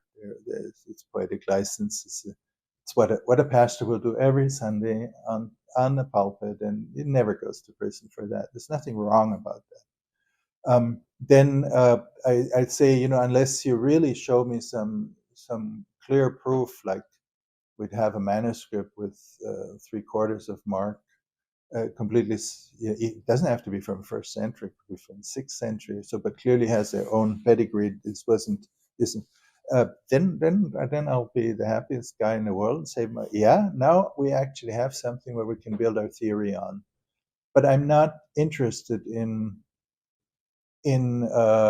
information about how great John is and how deep theology it has. And this guy is not relevant, because from a historical point of view, it's absolutely not relevant, because the meaning of a text means nothing until you put it into a certain context. If you put it in the wrong context, it might still mean very much to you, but it will not pass the scholarly discourse bar. So what really happened, I do not know, but I think what you can argue for, I tried to present. And as I'm, going into retirement, is probably the last time I talk about it. So I hope the same thing doesn't happen again. What happened with my first book, that people will read it and first they don't react, and then they understand and they put it in their dictionaries, but they don't really take the next step and read the consequence that we really know very little about Jesus. I went to we're here in San Antonio. Yesterday I walked by the Alamo Museum site. Yeah. I think you can learn more about the historical Jesus by visiting the site here about Alamo than you do by reading the New Testament. You go there, you see old walls, they're broken down. Yeah. So this is where they were fighting. You only hear people who will put it in a context that these are heroes. Yeah. Who fought to the last bullet, and you have quotes of what they said, cross this line or whatever, I can't even read, that are almost of canonical importance. Yeah, last sentences the different guys said before they died. And we have the blinds, the deaf Smith, so who didn't hear the commands, and he's the only one who survived. Yeah, because he didn't know he was. These are stories and such, but these walls over there, just driving down San Antonio, you see half torn down buildings, some old, some new, everywhere. They mean absolutely nothing without the story. And if I look at it, I say, well, what is celebrated here? People who've committed suicide. Yeah, they knew it was completely. I have no feeling for that kind of heroism. I don't think this is right. If you're like me, yeah, and this is established, of course, European history of world wars, because neighbors killing each other for hundreds of years and then trying to stop doing it. American, those who run that museum would not be able to run their gift shop if they didn't have the story of patriotism and nationalism, and if it didn't feed into the emotional side. And from there on, the emotional side will also read the Bible, and they will think they're the chosen country and the chosen people. Other places of the world, they don't think that way. Yeah, it's a very American way. So you can learn more to go back again about historical Jesus if you take serious what they're doing over there at the Alamo site, because this is exactly what was happening in the 2nd century. They were taking old, so names, storylines, such and such. If they were written down or not is not the essential question. But they were there. These other gospels, they don't introduce the 12 apostles. They don't always start. They don't never tell where Jesus was, or rarely. They assume that you know that. Right? And here you have, it's the only example so far that we know, is the Marcionite edition that actually tries to pull together a Jesus story from birth to death. And this is what they took to add the other three. Yeah, they took this framework, and the other three are either different takes. So Matthew and Mark. Let's pretend I'm Mark. Let's pretend I'm Mark. I listened to Peter. This is what he said. Or let's pretend I'm John. I'm the last one still alive. But they've got so much wrong. So instead of retelling everything, he simply picks up certain stories. Look, what do you have? This was a whore that washed Jesus' feet? No, I was there. John, was there. This was Mary, the sister of Martha, the sister of Lazarus. She's a good girl. Yeah? And then whole chapter. He brought back a young man to life. Luke, 2 sentences. This was Lazarus. I gives a whole chapter. Jesus was gone, and they called him. It didn't come immediately. He had bad thoughts about it. And when the guy came out, he was stinking. I was there. I smelled it. This is the report of the beloved disciple who sat next to Jesus. This is what we want to communicate. But it is packaged by the editor who discovered this. Now we put the story together by Theophilus. Yeah. And I also added footnotes. So you should print which is long-standing insight. This had nothing to do with me. Mine is just if you apply this theory to this text, those passages that are seen in John as an aside, where the narrator stops telling the story but looks at the audience and tells them, teacher, this is, no, rabbi, this is translated teacher, come over to my house. Yeah, so we should have a footnote. When we would print it with footnotes. We would not interrupt the thing. And so you have these prayers, these things in Gospel of John and in the Book of Revelation that start out with John telling something, then all of a sudden someone picks up and makes a sermon out of it. Yeah, these are the additions, and they were marked, and Theophilus doesn't hide his name, doesn't hide himself in the Gospel of John. It's a very different genre from Matthew.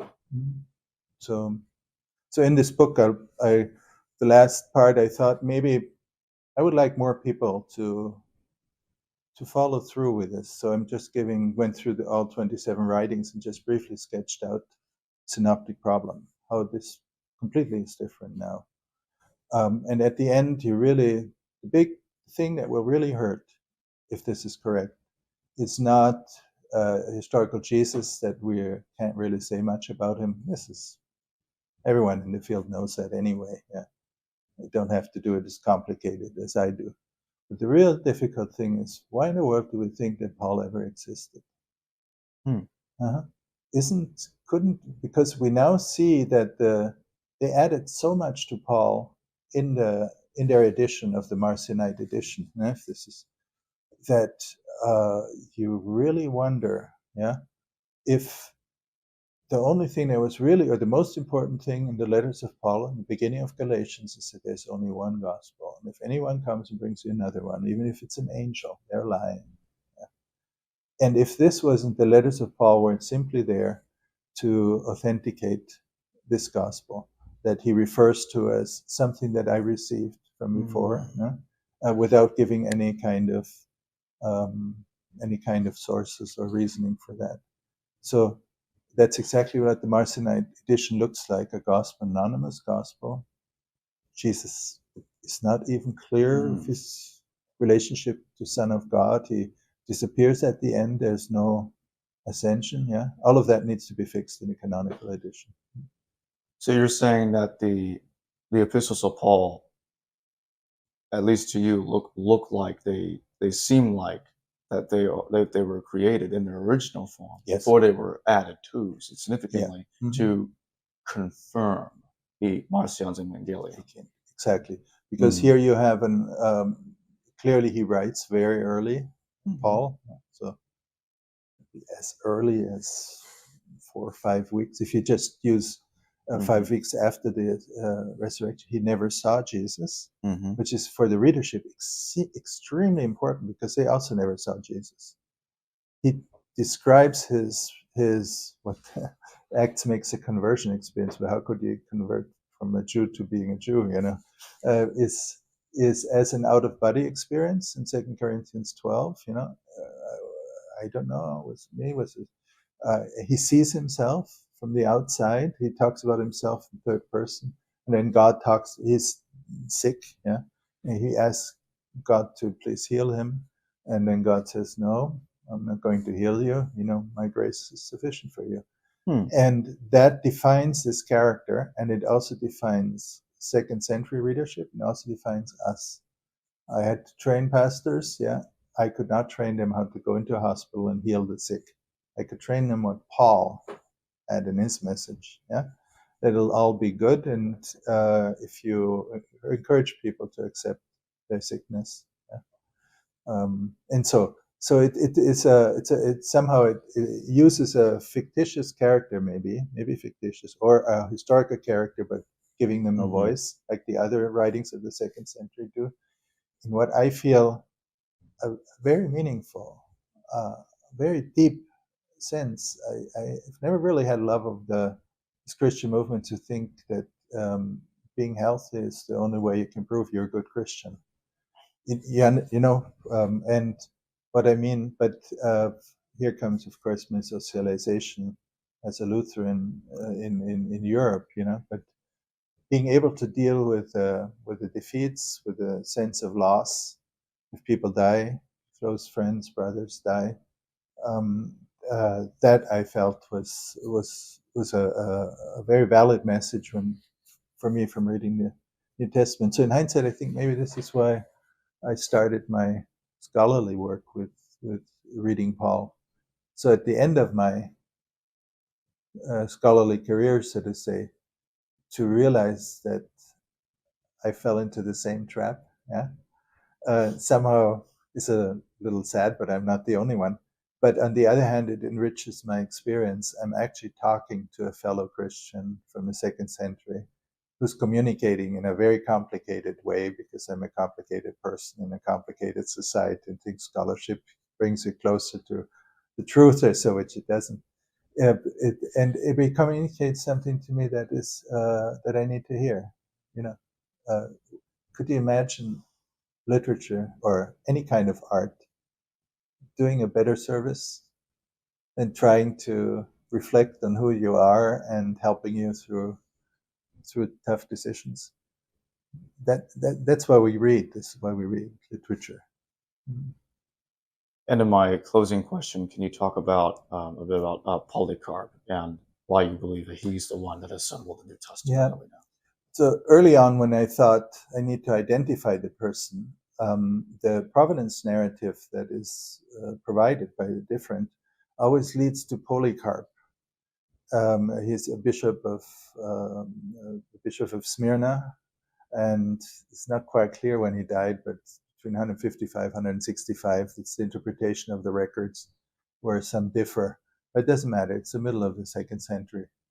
And he says that he travels to Rome, and one of the reasons, one of the things that he has to discuss with his the Roman Pope at the time, let me just say it shortly, the guy who ran the other part of the Christian world in this narrative.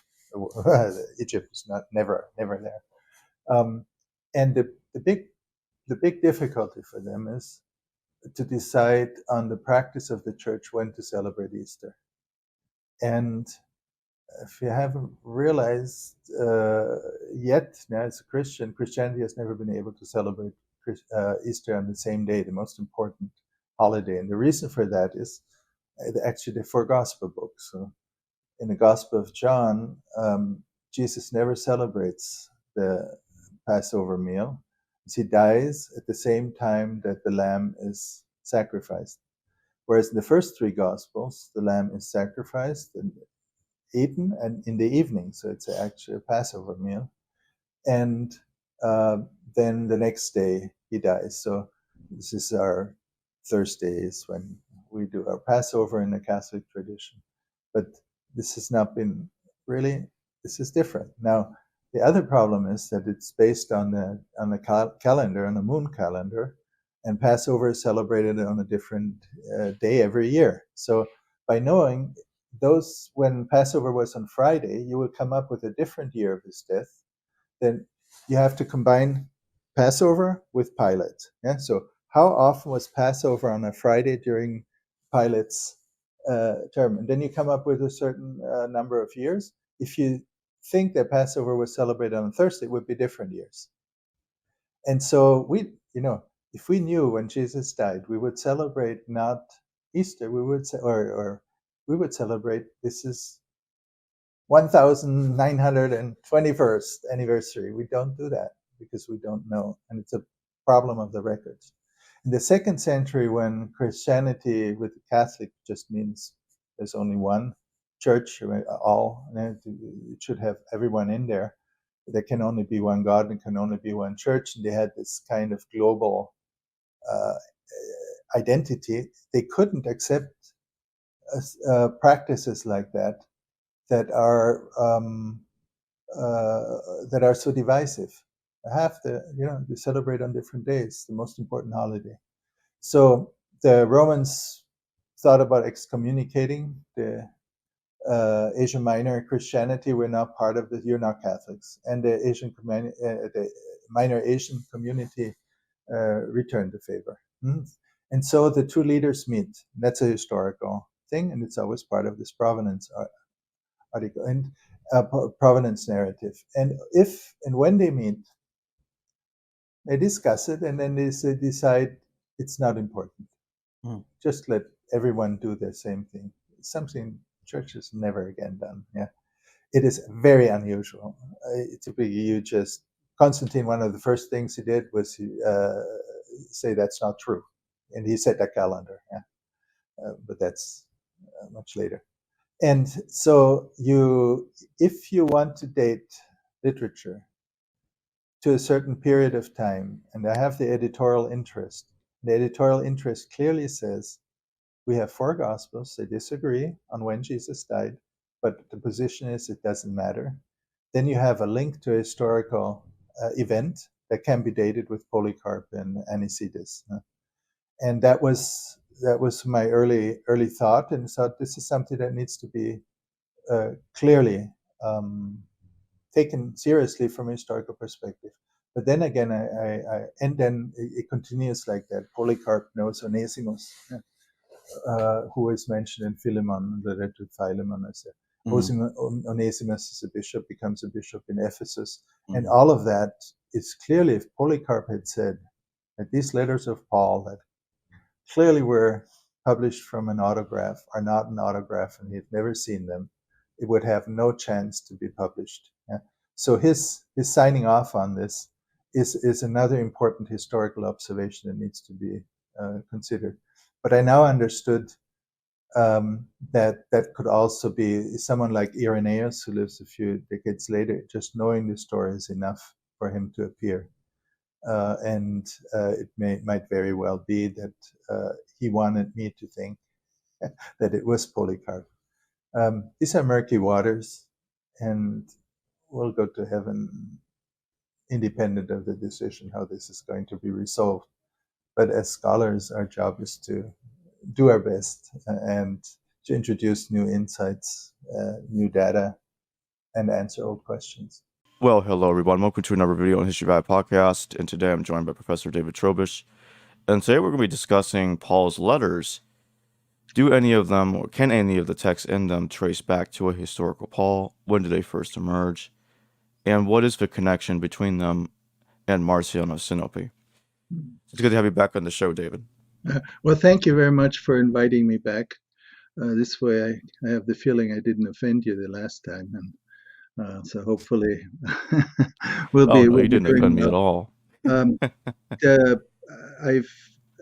really enjoy very much the questions, the way you have them, the way you phrase them, a little unorthodox, did Paul really exist? It's not a question that you ask every, that's not a traditional question in exegesis, and that is exactly the problem.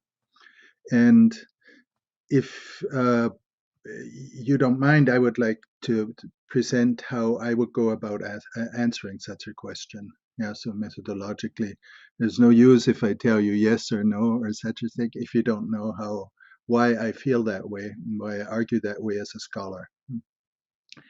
And as you've also shown in other podcasts, that you're very much aware of the Marcionite edition, which is a specific edition, and this is really the clue for the question about the historical Paul, how you assess the historical value of that particular publication in antiquity.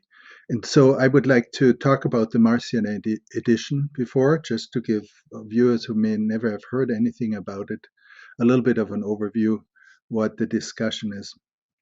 And then I will answer the question about whether Paul actually existed. Well, the Marcionite edition consists of 10 letters of Paul and of one gospel book. Nevertheless, we don't know too much about it because no manuscripts of the Marcionite edition have survived. Nevertheless, readers critically discuss the Gospel book in so much detail that it can be reconstructed with a high degree of scholarly consensus.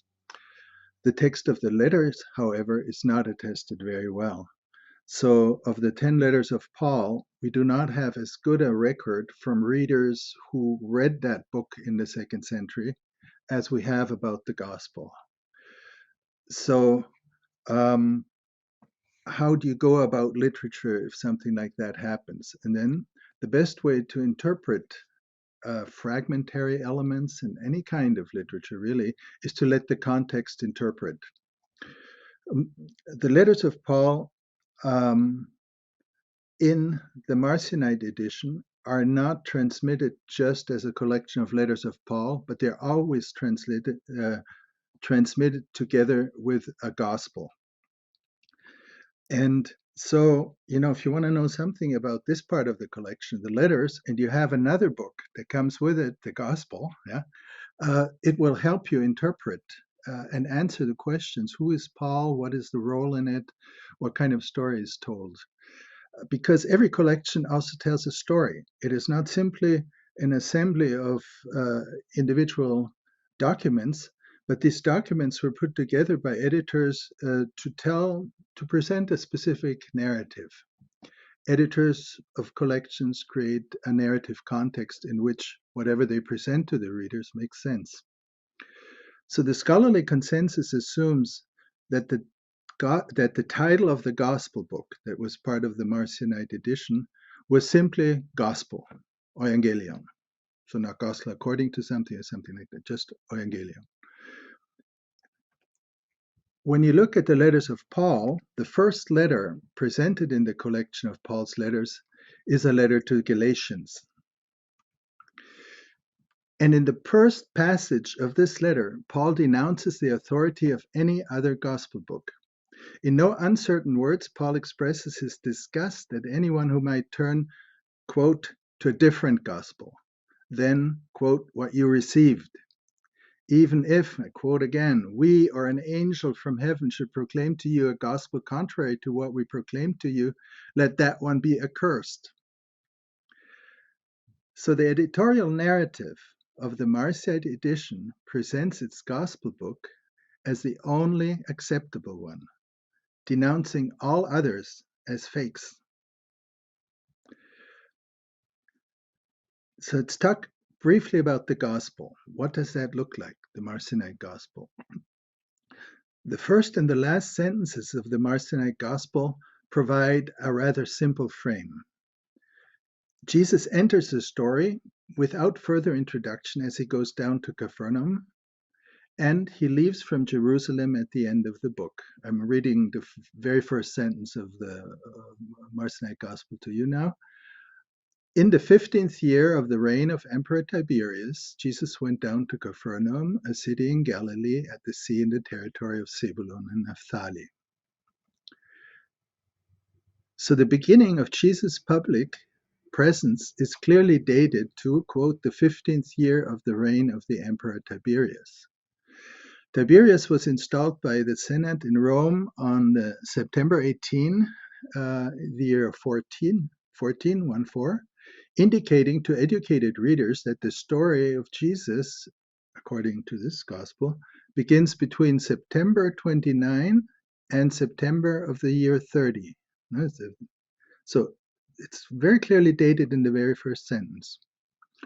Now the story of this gospel ends on the Sunday following Passover, when the resurrected Christ leaves Jerusalem.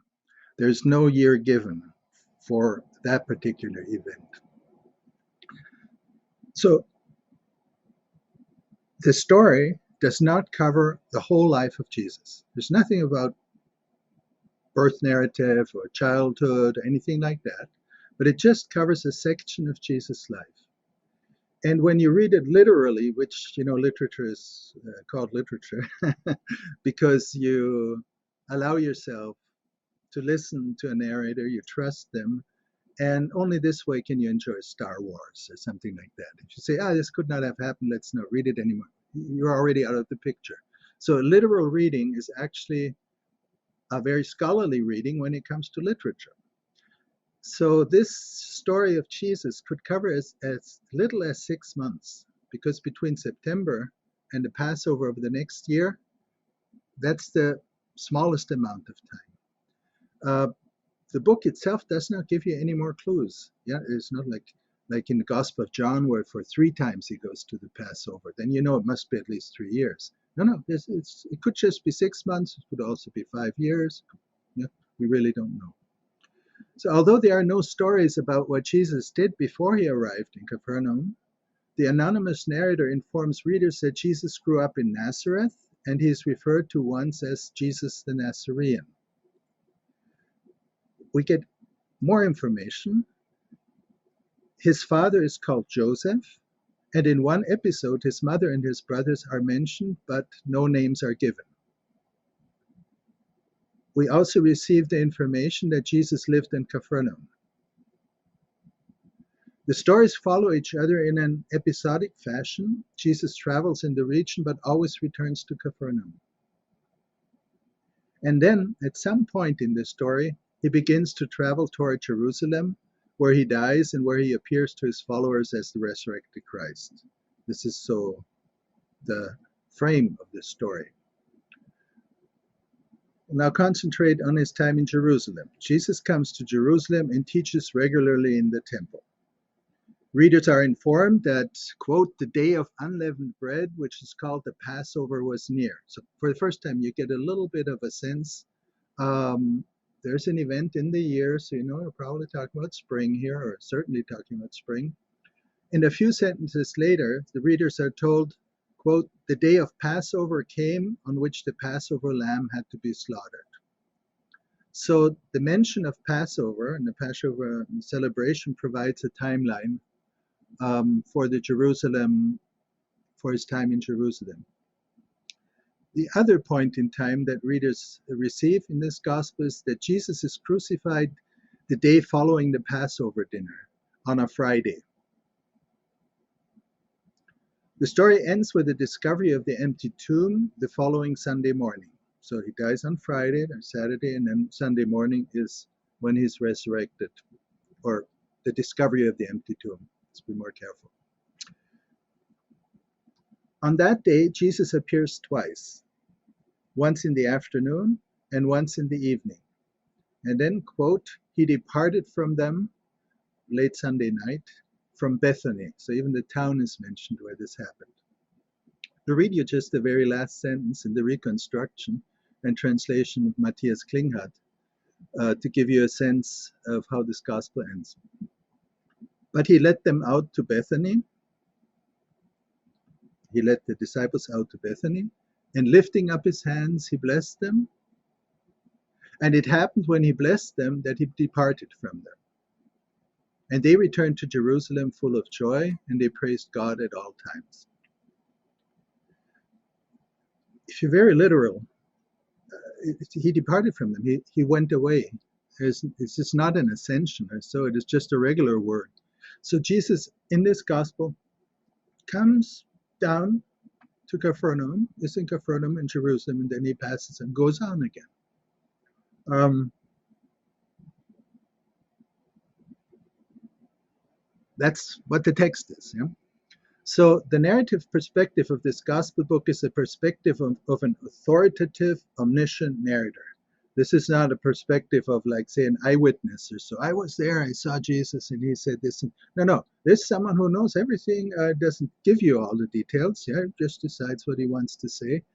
And this perspective, this narrative perspective, is consistent with the messaging of the editorial narrative of the Marcionite edition. So how the editors put the material together, because they say that Paul had not written this gospel book. He only, quote from 1 Corinthians 15, he only handed on what he in turn had received. Yeah? So this book fits exactly to what Paul is talking about in Galatians. There's really only one, yeah? And I received it. I didn't write it. So that is the basic frame of the editorial narrative. When you apply the rule now, let the context interpret. So what does this gospel then say about Paul? Well, first of all, Paul's letters stand next to the gospel and he references it directly, so they belong together. So when we now look at the letters of Paul under this slide, the following thing happens. The sequence of the letters of Paul in the Marcionite edition are as follows. The first letter that is presented to the readers is a letter to Galatians. It is then followed by two letters to Corinthians, by one letter to Romans, 2 letters to Thessalonians, and a letter each to Laodiceans, Colossians, Philippians, and to Philemon. So if you count them, there are 10 letters. These letters are arranged chronologically. Yeah, I mean, it's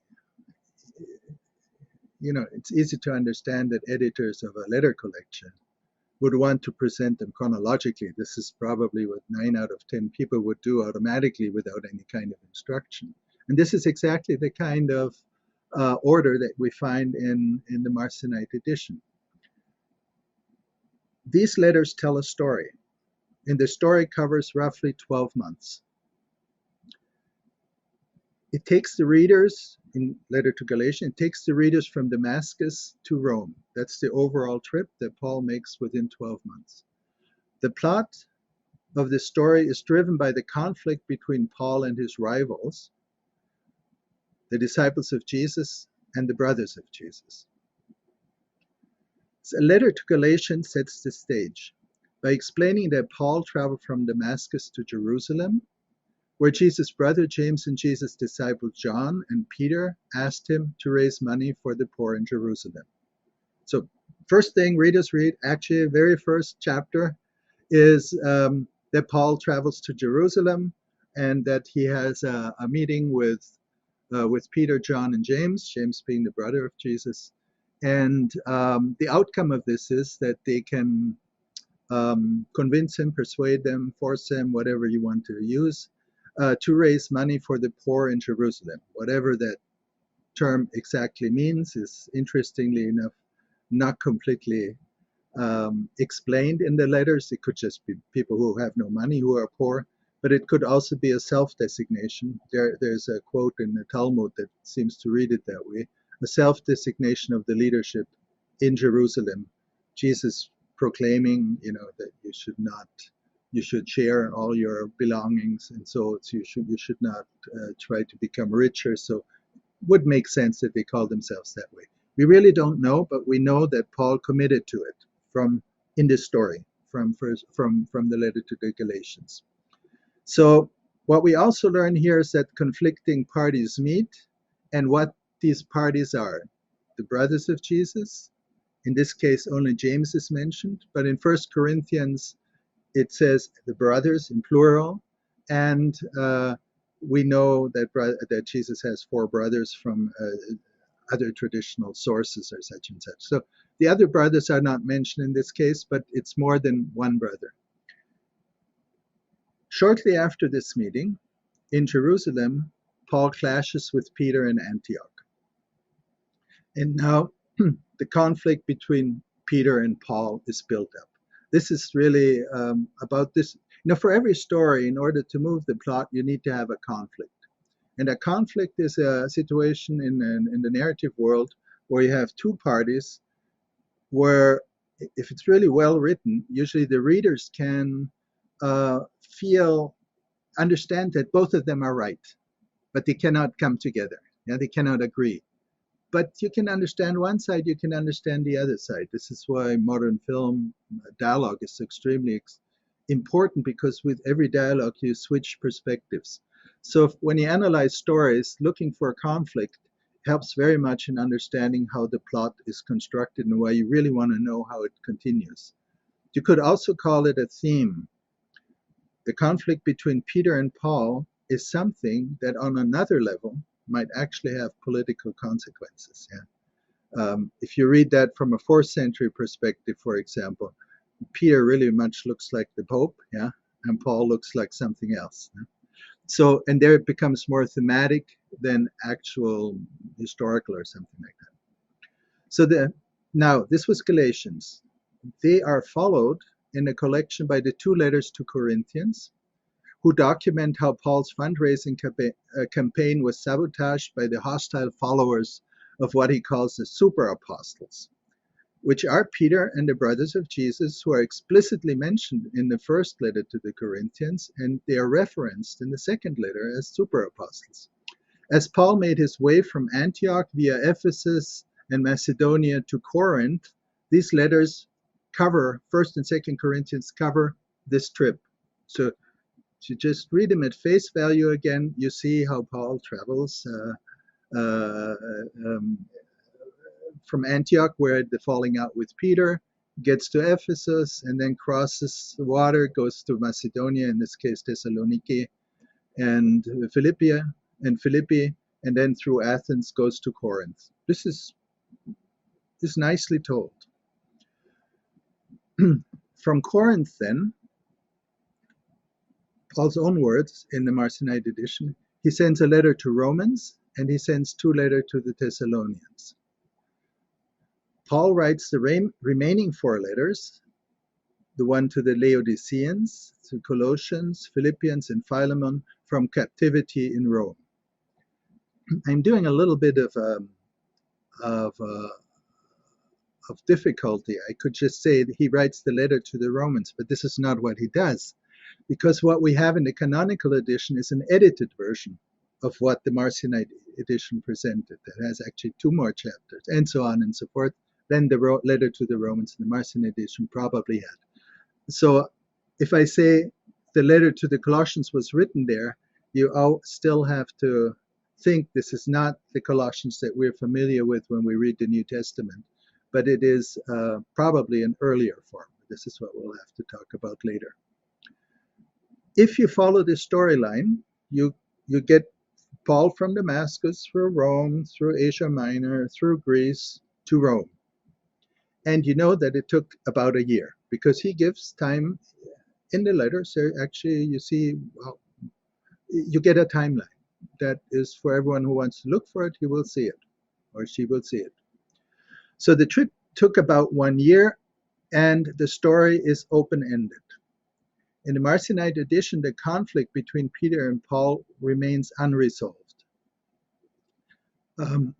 which for stories makes them more interesting. Yeah? But for a church, this is unbearable. You can't have 2 people who are right, if you only have one God. So the trip is presented rather straightforward. It is only one trip, and it only covers a period of about 12 months in the life of Paul.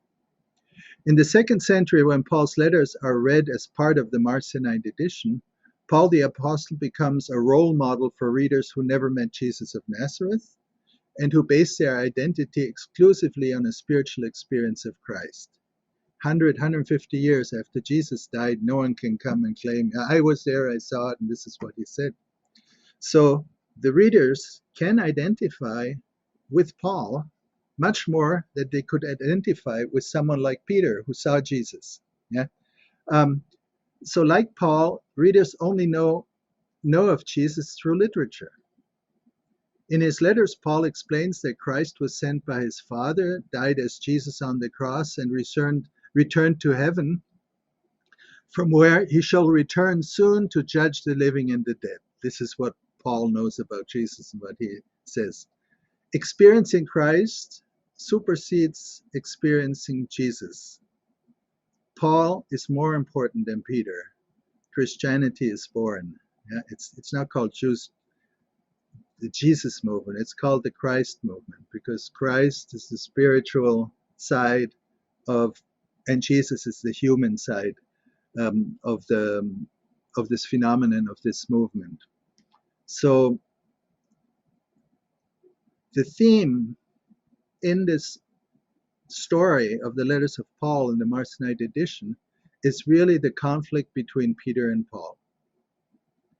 Peter, historical Jesus; Paul, the Spirit and Christ. So Jesus versus Christ. It addresses a 2nd century situation where the experience of Christ simply replaces the experience of Jesus. And we have plenty of other writings during this period that pick up this conflict and talk about it. One of the clearest one, my point of view, is the Gospel of Mary Magdalene, where she says, yeah, you, Peter, I know you want to organize the church. It probably stands politically already for an organization of the early Catholic community. But she says, why should I be right? Why should I be wrong? And then she argues, because I had a vision. Yeah. Do you think I'm lying to you? Isn't the vision just as close to what God wants us then someone who saw Jesus may have misunderstood what he said. Yeah. So exactly this conflict: can a vision, an experience, a spiritual experience, be just as true as something that Jesus said historically? So this is second century thinking. You have to work that through. And if you're honest to yourself, of course, the Christian in the 21st century has no access to Jesus either. If there's any access at all from a religious point of view, it will be a spiritual one. So the Marcionite edition tells its story by selecting 10 letters of Paul, giving them titles, arranging them in a specific order, and publishing them alongside the Gospel book.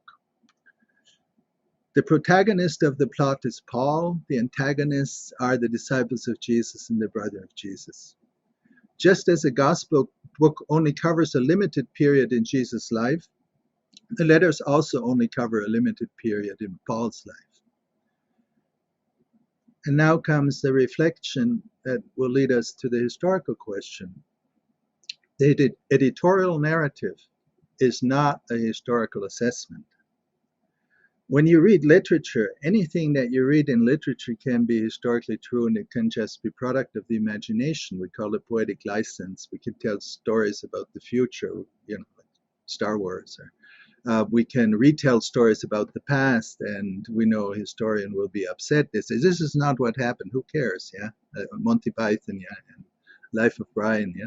He quotes the Bible all the time. And, well, that's not what happened. Yeah, well, who knows, really? But you see, with what I'm trying to say is, literature, just because someone says something in a book does not mean that it happened that way.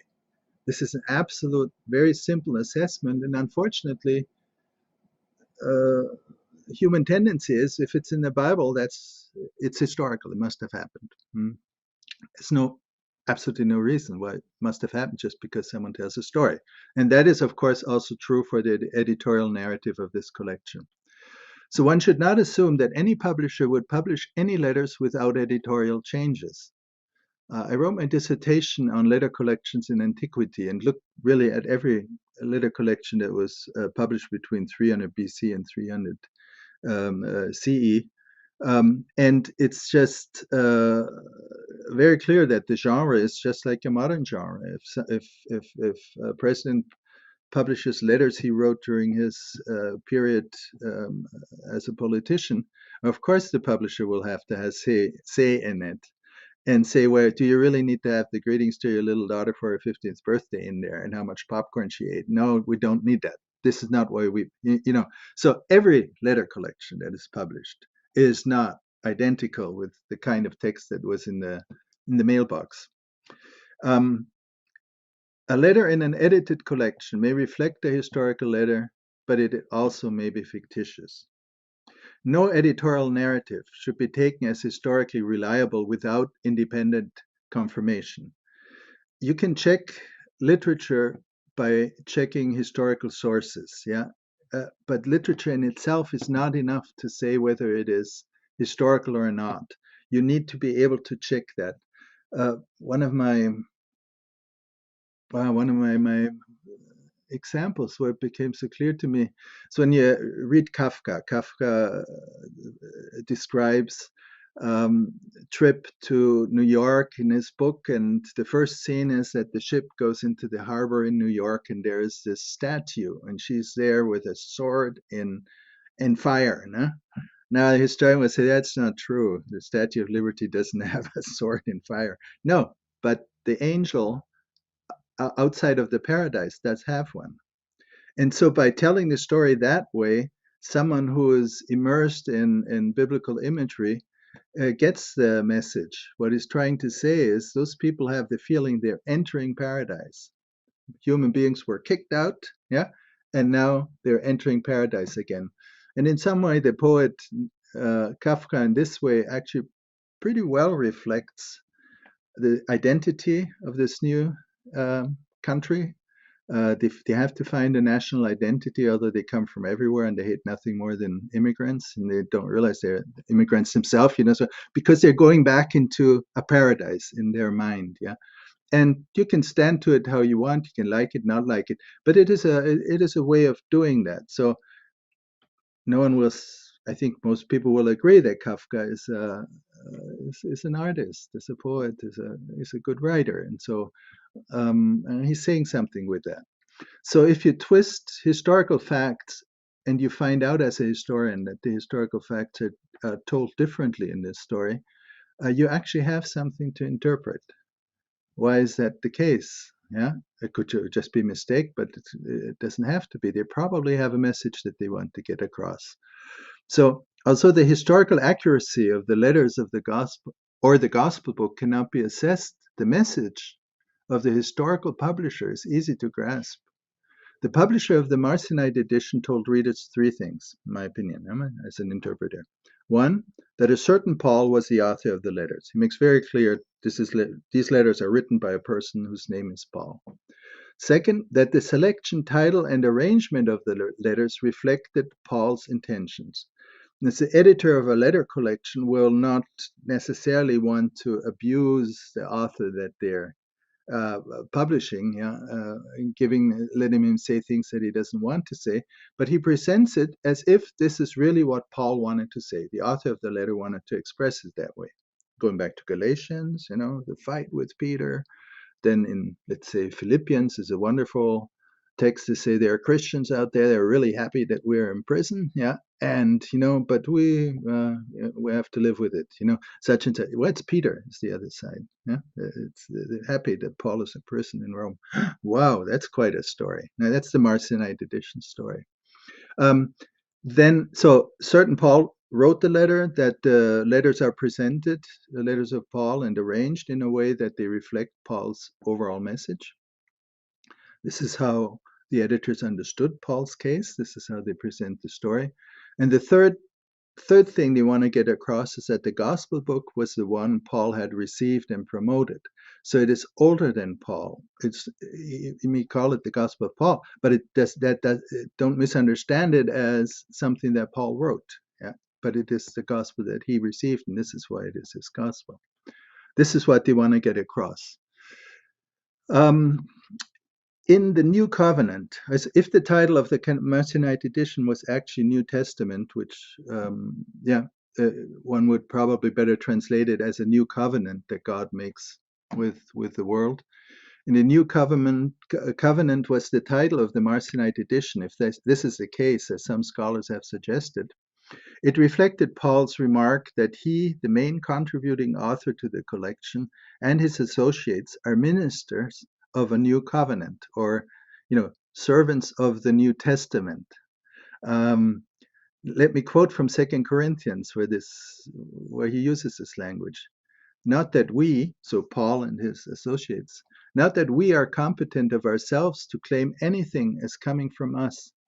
Our competence is from God, who has made us competent to be ministers of a new covenant, not of letter, but of spirit. For the letter kills, but the spirit gives life. When you read a book that is called New Testament, and then you see that Paul says himself he's a server of the New Testament, it makes complete sense, and you think of the book that you're actually reading, or the Marcionite edition had the title New Testament. When Paul states that he passed on the gospel book that he had received, the letters function as an endorsement of God's call to publishing it. In his own words, God enabled Paul and his followers, which certainly includes the publisher of the Marcionite edition, hopefully also its readers, to the ministry of promoting the gospel book, the book called Gospel. So the function of the letters of Paul, among other functions, also theological, Christ replaces Jesus. But one of the functions is to endorse this gospel book. So you can't take it away because, this is one of the functions of the letters of Paul in this context. So the full title of the Marcionite edition, therefore, could be paraphrased as New Covenant according to Paul. So this is how Paul sees what Jesus is all about, what Christ is all about. And now the question,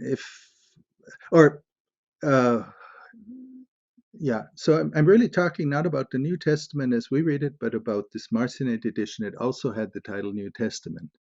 So, well, okay, how much of that is historically true? How do you deal with it as a historian? Historically, all we know of Paul came to us through the Marcionite edition of his letters. We have no other sources about Paul.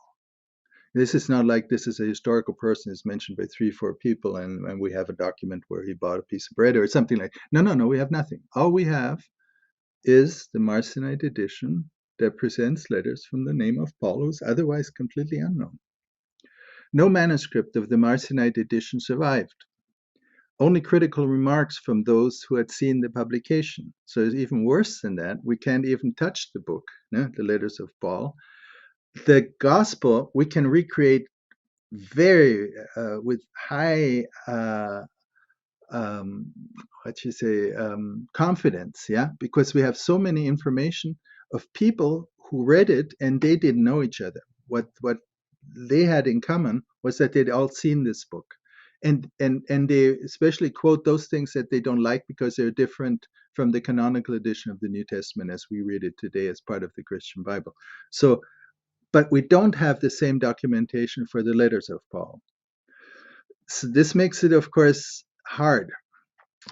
And now, one approach is a form critical approach. You can do genre studies. And you can look at letter collections as a genre and say, well, how good are letter collections when it comes to historical fact? And the result in antiquity will be that roughly 9 out of 10 letter collections published in antiquity are fictional. They're not written by the author they claim wrote them. This is simply a statistical observation, and I'm probably the person to I don't think there's been another person who really looked at every letter collection in antiquity, and these are the statistics. So even people like Seneca, or when they write their letters, they will publish letters that are fictional, or Horatius, Ovid in Ovid. He produces letter collections and they are in poem form. They were never in the mail. So the genre itself does not expect readers to think that they're actually authentic. Also, elements like autographic, now this I write with my own hand, are just part of the genre. Yeah, if you use, as a poet, if you use the form of a letter, you hopefully also will have a reference that it is written by hand. It's not the kind of thing, a very personal, a love letter like in Ovid or so. A love letter, well, you won't dictate that to your secretary, I hope. So looking at genre, at the form, Germans would call it Formkritik, form criticism, and understanding that there are certain forms certain genres that better be historically correct, like a lead article in the New York Times. But if you say if a story begins, well, Putin meets Trump, and they go together to the casino, you already know this is a joke. No, it doesn't matter how it's ended. This thing has never happened. Because of the genre, you realize immediately that this is a beginning. Or once upon a time, there was a princess, and she lived in a country far, far away. And her father, you already know you're listening to a fairy tale. So this will not be historical fact.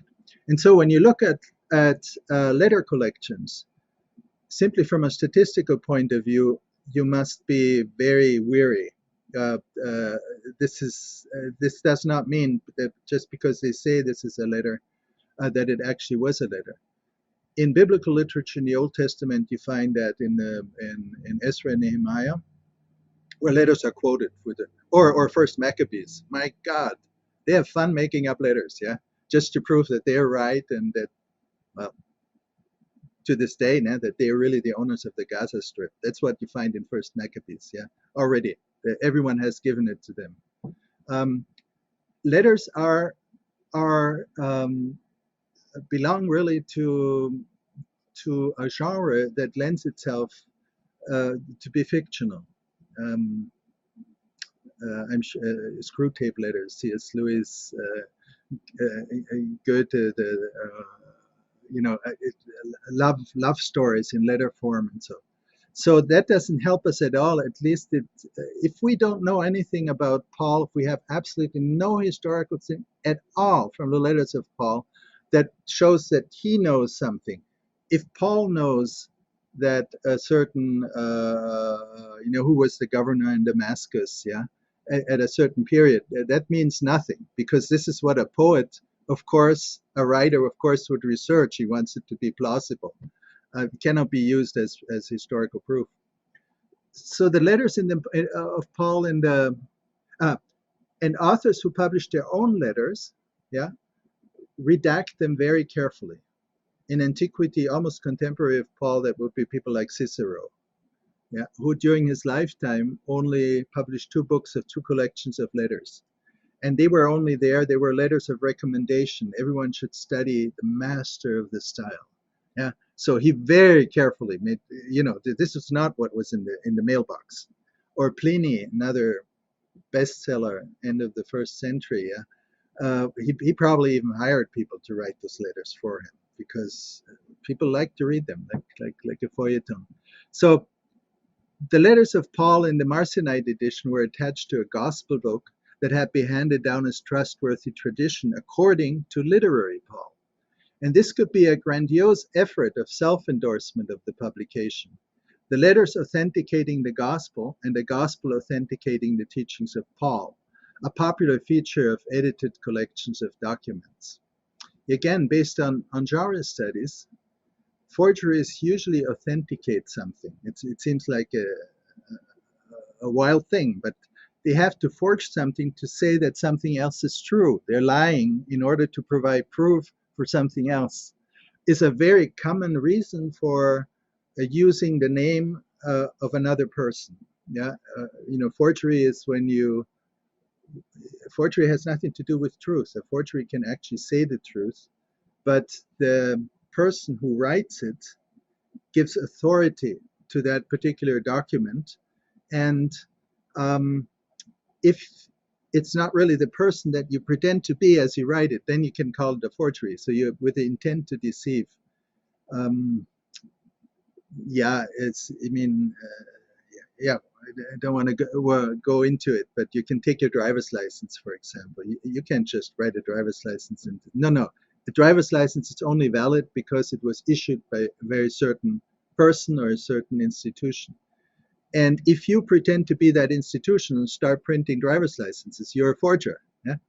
Even if those people actually know how to ride a car and actually would deserve a driver's license, doesn't matter. It's still a forgery. So it's a complicated thought even to use the word forgery. With literature, it usually does not work because readers know that they're not reading a document. A document is only valid in a single copy in the original. If you have copies, the copies have to be authenticated, so every copy becomes an original through the signature of the authenticator or whatever. But when you have a book, you're aware that probably no one has ever seen the original handwritten manuscript of the author. It's unimportant. You're with the story with it. So other rules of interpretation apply. And even when letters presented as autographs, when letters are presented as autographs, so written by the hand of the writer, like we have in Galatians or 2 Thessalonians or at the end of Hebrews, then this does not mean that they must have been actually written. They just need to look like letters that were written by Paul, which they do. So none of the extra, and here comes the real observation. So you can do genre studies, yeah. Letter collections really typically are a great literary device, let's put it this way. And even when they're published by the author themselves, they're heavily edited. Yeah? So they're not the authentic letters that were in the mailbox. This is what you learn. Plus, the 2nd century literature, like the Marcionite edition, does not stand alone. We have literally 100 or more publications that we know of that were published during that period of time that are concerned with the Christian movement. They're either about Jesus or his followers. You mean the Gospels are the easy one, the Gospel of Mary Magdalene, Gospel of Philip, Gospel of Thomas, but then letters of Titus, yeah, that are not the one that's in the Bible. This is just, there's so many things in the second century that belong to this general genre that it throws a light on the end of the Gospel of John, where it says, if we publish everything that we know about Jesus, the world couldn't hold all the books that would need to be published. Here he reflects a situation. If you read that text from perspective of the second century, a reader would say, yeah, that's true. There's so much material out there. Clement of Alexandria, and you read him, he quotes all the time some kind of literature you never heard of. But that's at the end of the second century, and it was readily available. So none of these extra-canonical first and second century publications of Jesus has been able to gain credibility among scholars of history. This genre is just simply a genre where people are making things up. They're making things up, or what say, if they're not aware of it, the best case scenario is that they are publishing stories 100 years after the death of Jesus that are circulating. Yeah, and this is not a historical source in this sense. So, if all the other books published about the same topics at that same time did not create credibility among scholars of history, like, Gospel of Thomas might be older than the canonical Gospels. The problem here is might be. This is no home run. Yeah, this is only of interest because some people dares to say it, and you can find an argument against it. But the feeling is, yeah, well, it's not. I wouldn't. Yeah, we really don't know. Let's put it so. This is the scholarly thing. So, why should the Marcionite edition of the Letters of Paul and his Gospel book be any different than from the other books that are circulating at that time? And this is really what you need to let sink in. Yeah, the Marcionite edition is an edition that is circulating in the second century. This is where they have the feedback from the readers. This is where they've actually seen the book. Why should they know things no one else knows and have letters of Paul? Well, let it sink in. Yeah. For reasons of methodological integrity, the debate about the historical Paul and the Jesus he portrays should be carried out in the context of the elusive Marcionite edition. It might not be a great source, but it's the only thing we really have about this. So if you really think you're interested in what Paul wanted to say, and you're not just interested on how Paul was understood, literary Paul, the writings of Paul were understood in the second century, which we can say very clearly, yeah? Then this is really the last thread where you have anything that is tangible. And I personally decided I'm not going to use my lifetime to research it because it's almost thin air. No? So still, it is the oldest tangible literary source. So my my answer, the way you phrased it, what do we know about historical Paul? I'd say, well, the only real source that we have is the Marcionite collection of the letters of Paul. The canonical edition, in my view, is simply a re-edited version of that. They didn't have any additional information available. So this is what we have, and this is, as far as the genre is concerned, there's no good reason for a scholar to find it historically relevant. It is historically relevant for the second century because it shows us the problems they're struggling with. Christ replacing Jesus, how does that make sense? But not for the first century, forget it. Did Paul really exist?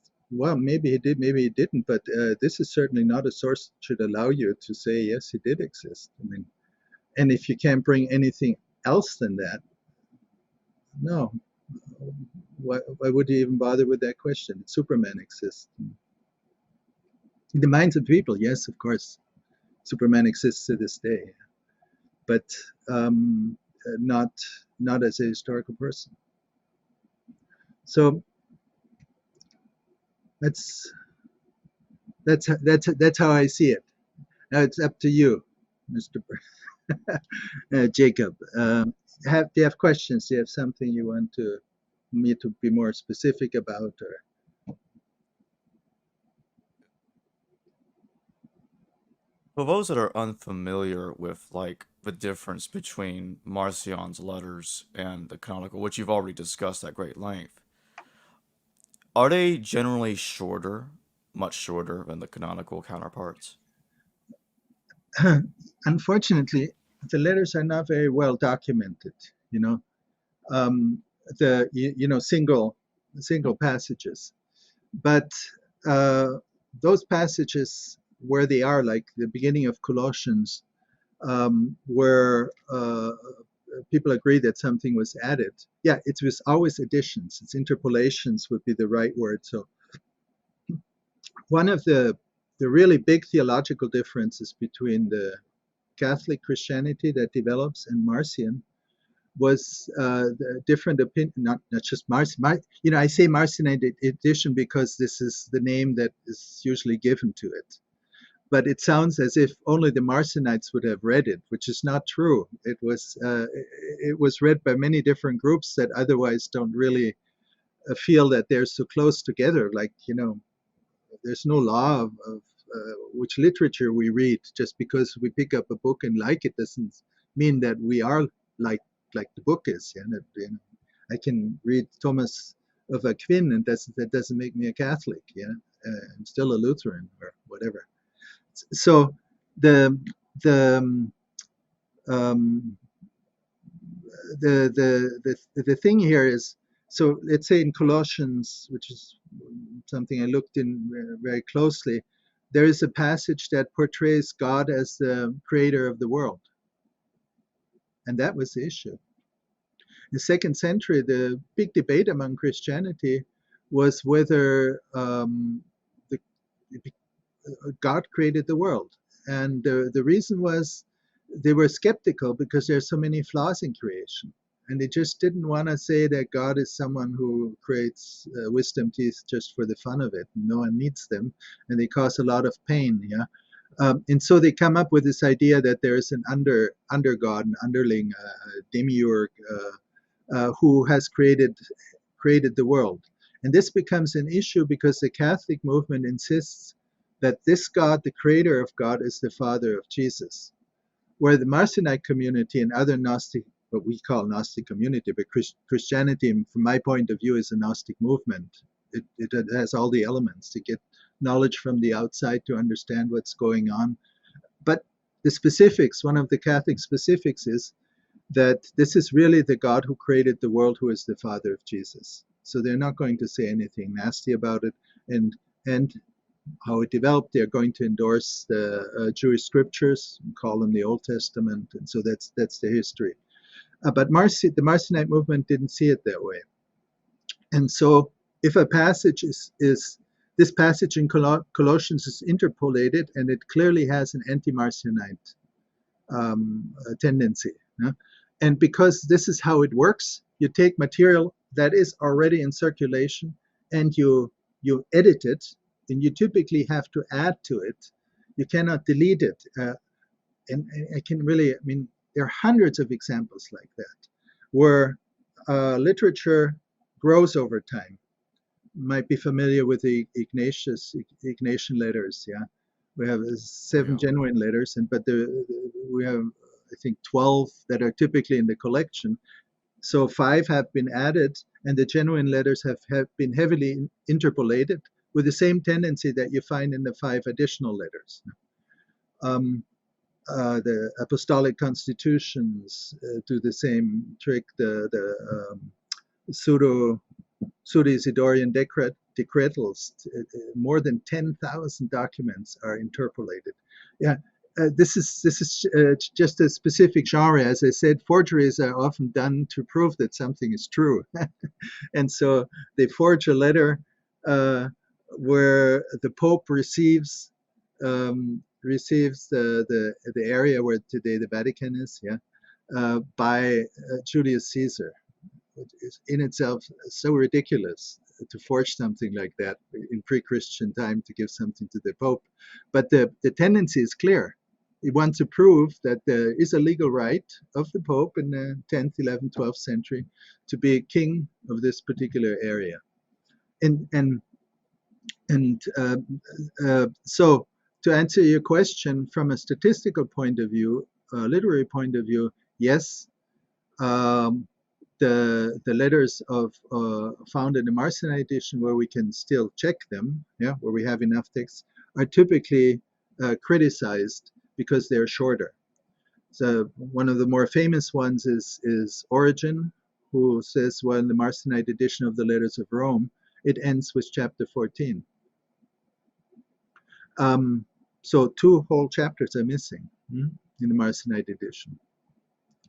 And which, we're not talking today about New Testament as it is, but for me as an interpreter of the canonical New Testament, as my job, my profession, this is of course fantastic if you have an unedited version, if you get to their sources, yeah, and you can start to interpret these editions.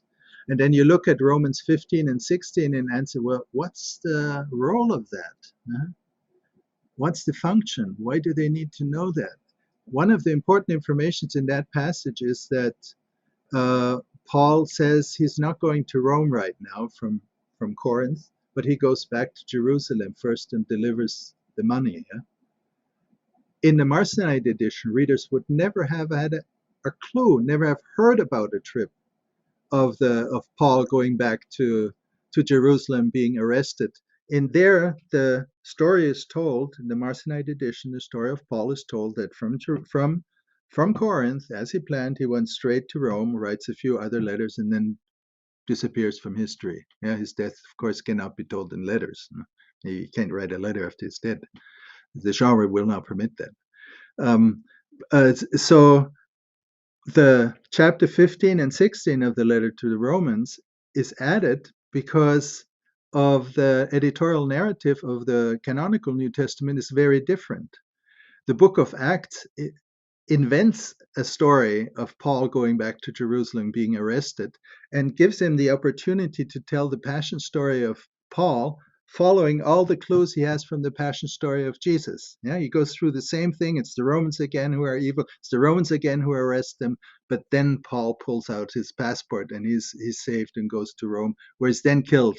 Yeah, probably. We don't know. The Book of Acts, at the end of Book of Acts, he is actually still well and alive. And that suggests that the New Testament was published at a time where Paul was still well and alive. Yeah, it's one of those literary techniques of doing that. So if you can identify an interpolation, then you can ask what's the tendency, what's the story they want to tell. And you then find this is the story of the Book of Acts, then you must almost logically say there must be a connection. It might be the same people who did it. And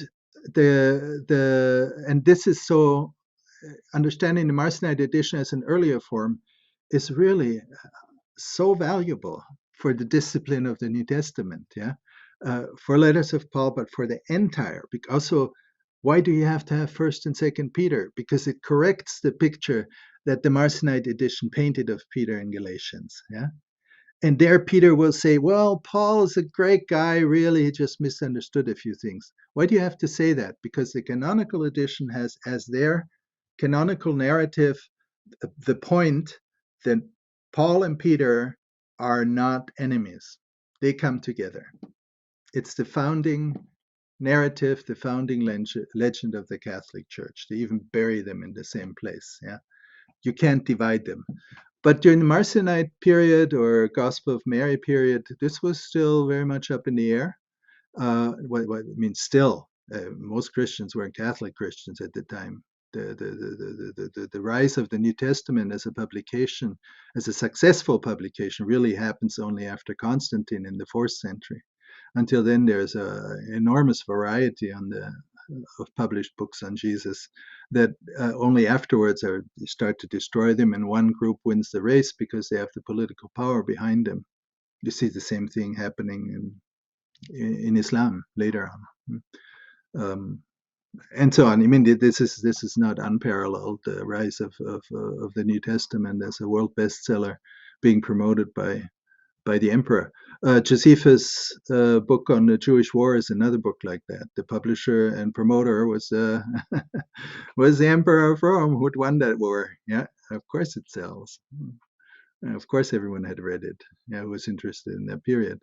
So we cannot assume, which we often do, just because we grow up in a culture where the Christian Bible is held as very true.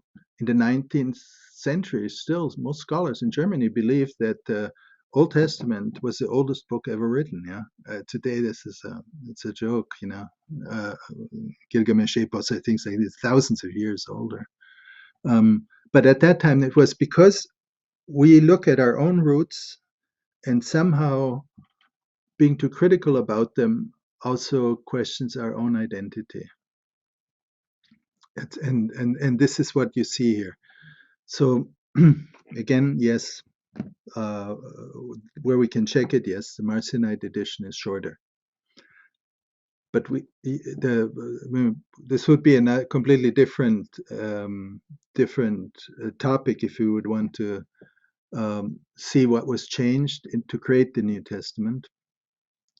This is not very difficult to do if you accept the priority of Marcionite edition to the canonical edition. It's a great exercise to do in class with people who, for the very first time, read the New Testament. You don't need to be a saint or holy or pray a lot or so. It's rather obvious. One of the things that the canonical edition does is they want to make sure that you understand that everything that's in the New Testament, everything that Jesus prophesied, is a fulfillment of something that you read in the first part of the Christian Bible, the Old Testament. This is not on the mind of Marcion or on the Marcionite edition. They don't care about that. This is not one of the themes that are important. And so people like Irenaeus would say he cut it out. No, he didn't cut it out. He just didn't care about it. And the canonical edition put that in everywhere they possibly could. In the out of the Gospel of Marcion, the Marcionite Gospel becomes the Gospel of Luke. And there were exactly enough. If you take the 50% was added. So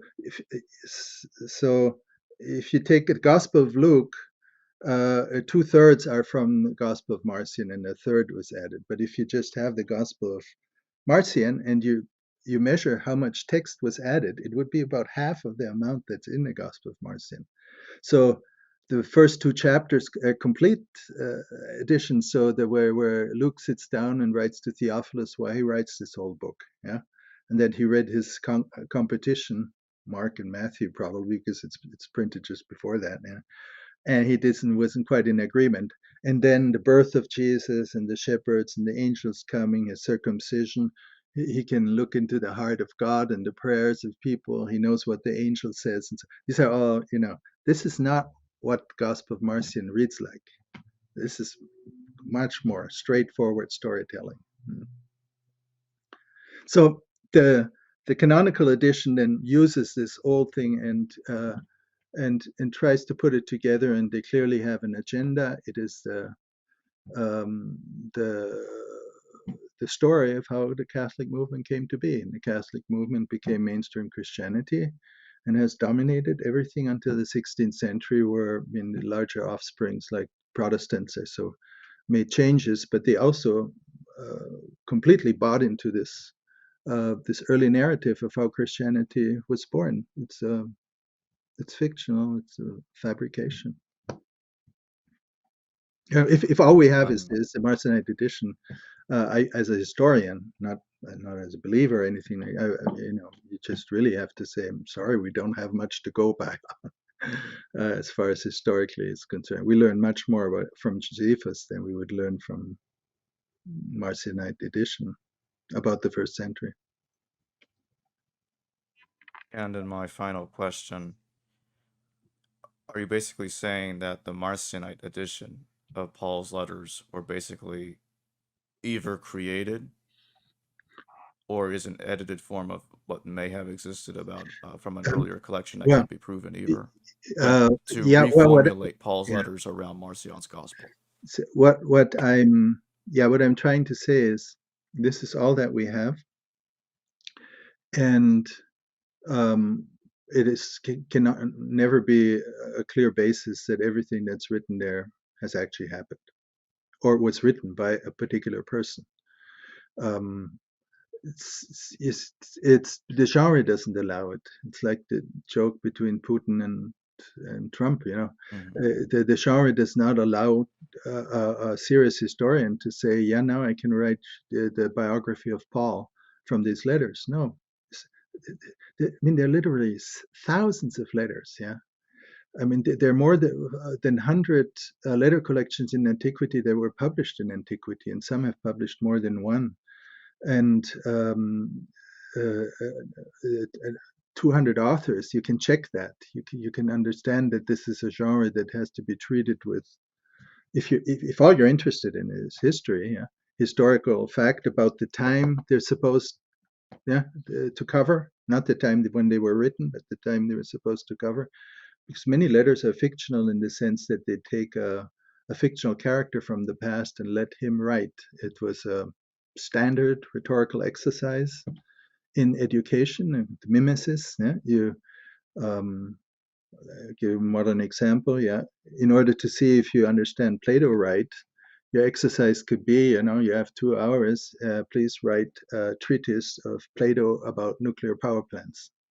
You give them a topic that has nothing to do with his time, because all you're trying to check is whether you understood how Plato thinks. Huh?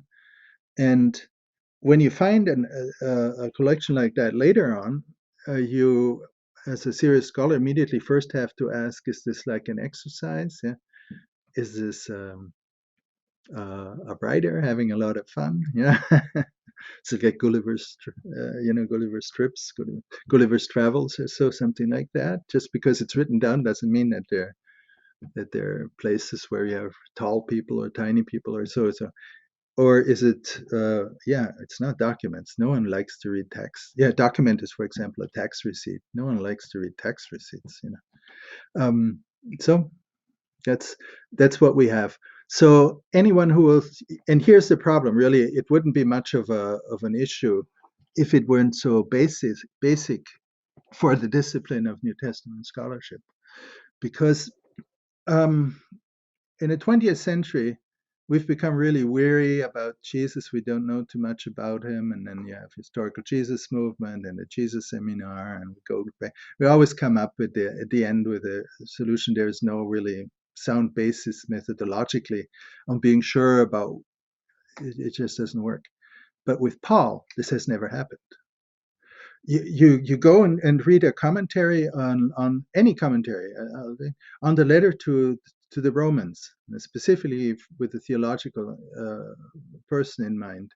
They really read this letter as if it'd been in the mail that way. There's absolutely not even an inkling of understanding that big parts of that letter may have been inserted later on. If you're familiar with, I mean, the Dresdner school, as I call it, there are several dissertations, and they have statements like Galatians chapter 4 was not in the first draft of Galatians, or Romans whole chapters 5 and 6. I don't, I'm not quite sure what it is. I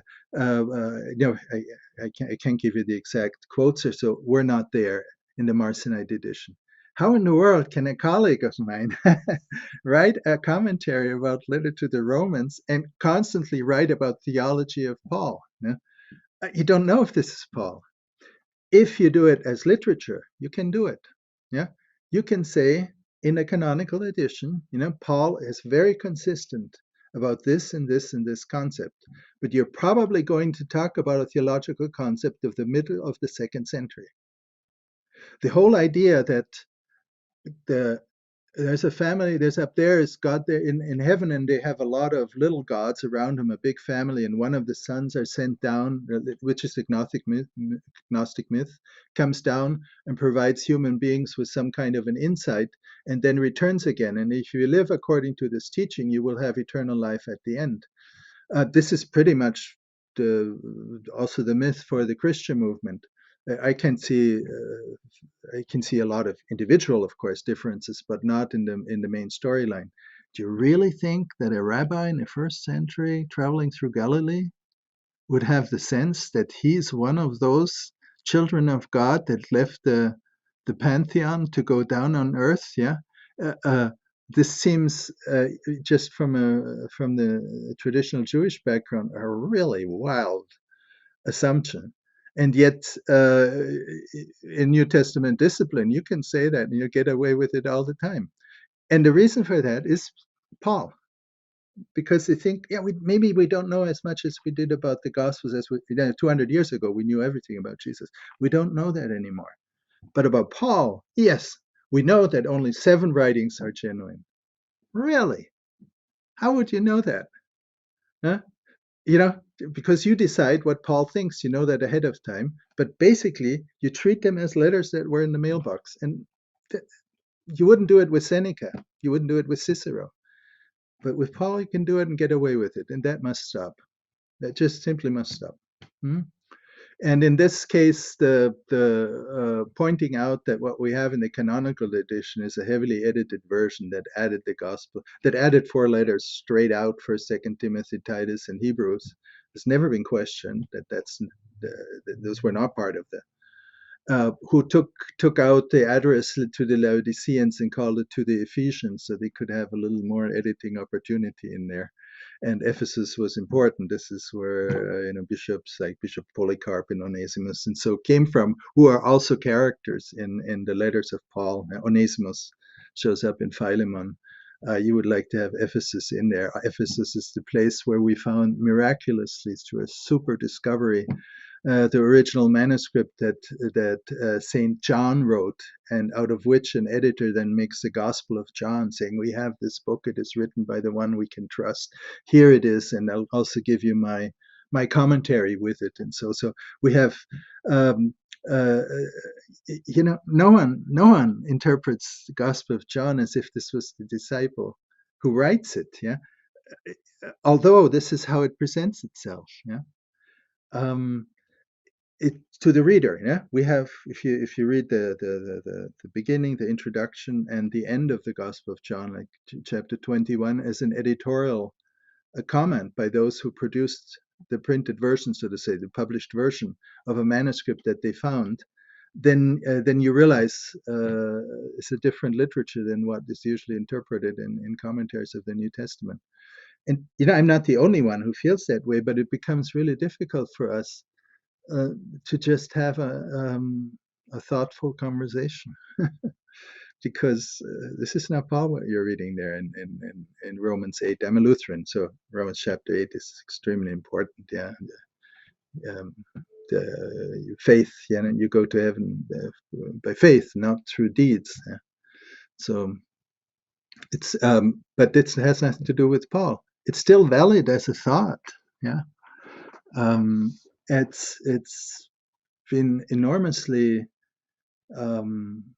impactful in the 16th, 17th century. Thousands and thousands of people have died for that doctrine, yeah.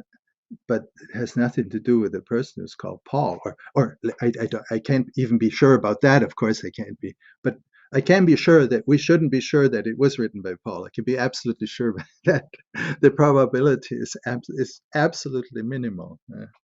That a person existed who wrote those letters and had consistent thought processes. I could go on forever in this way. Yes, Paul is really important for us, but only 7 letters. You can't pass your exam in Germany if you can't name those 7 letters that are genuine. Why? It's ridiculous. As we, as scholars, New Testament discipline, are really perpetrators here, and this must stop. Well, thank you very much for joining me today, David Trobisch. Thank you. Hello viewers, thanks for watching this video from the History Valley YouTube channel. Please don't forget to subscribe and hit the notification bell. And if any of you wish to further support this channel, please consider checking out this channel's Patreon page and becoming a patron, and or donate through PayPal or through Super Chat during your live stream. Thank you.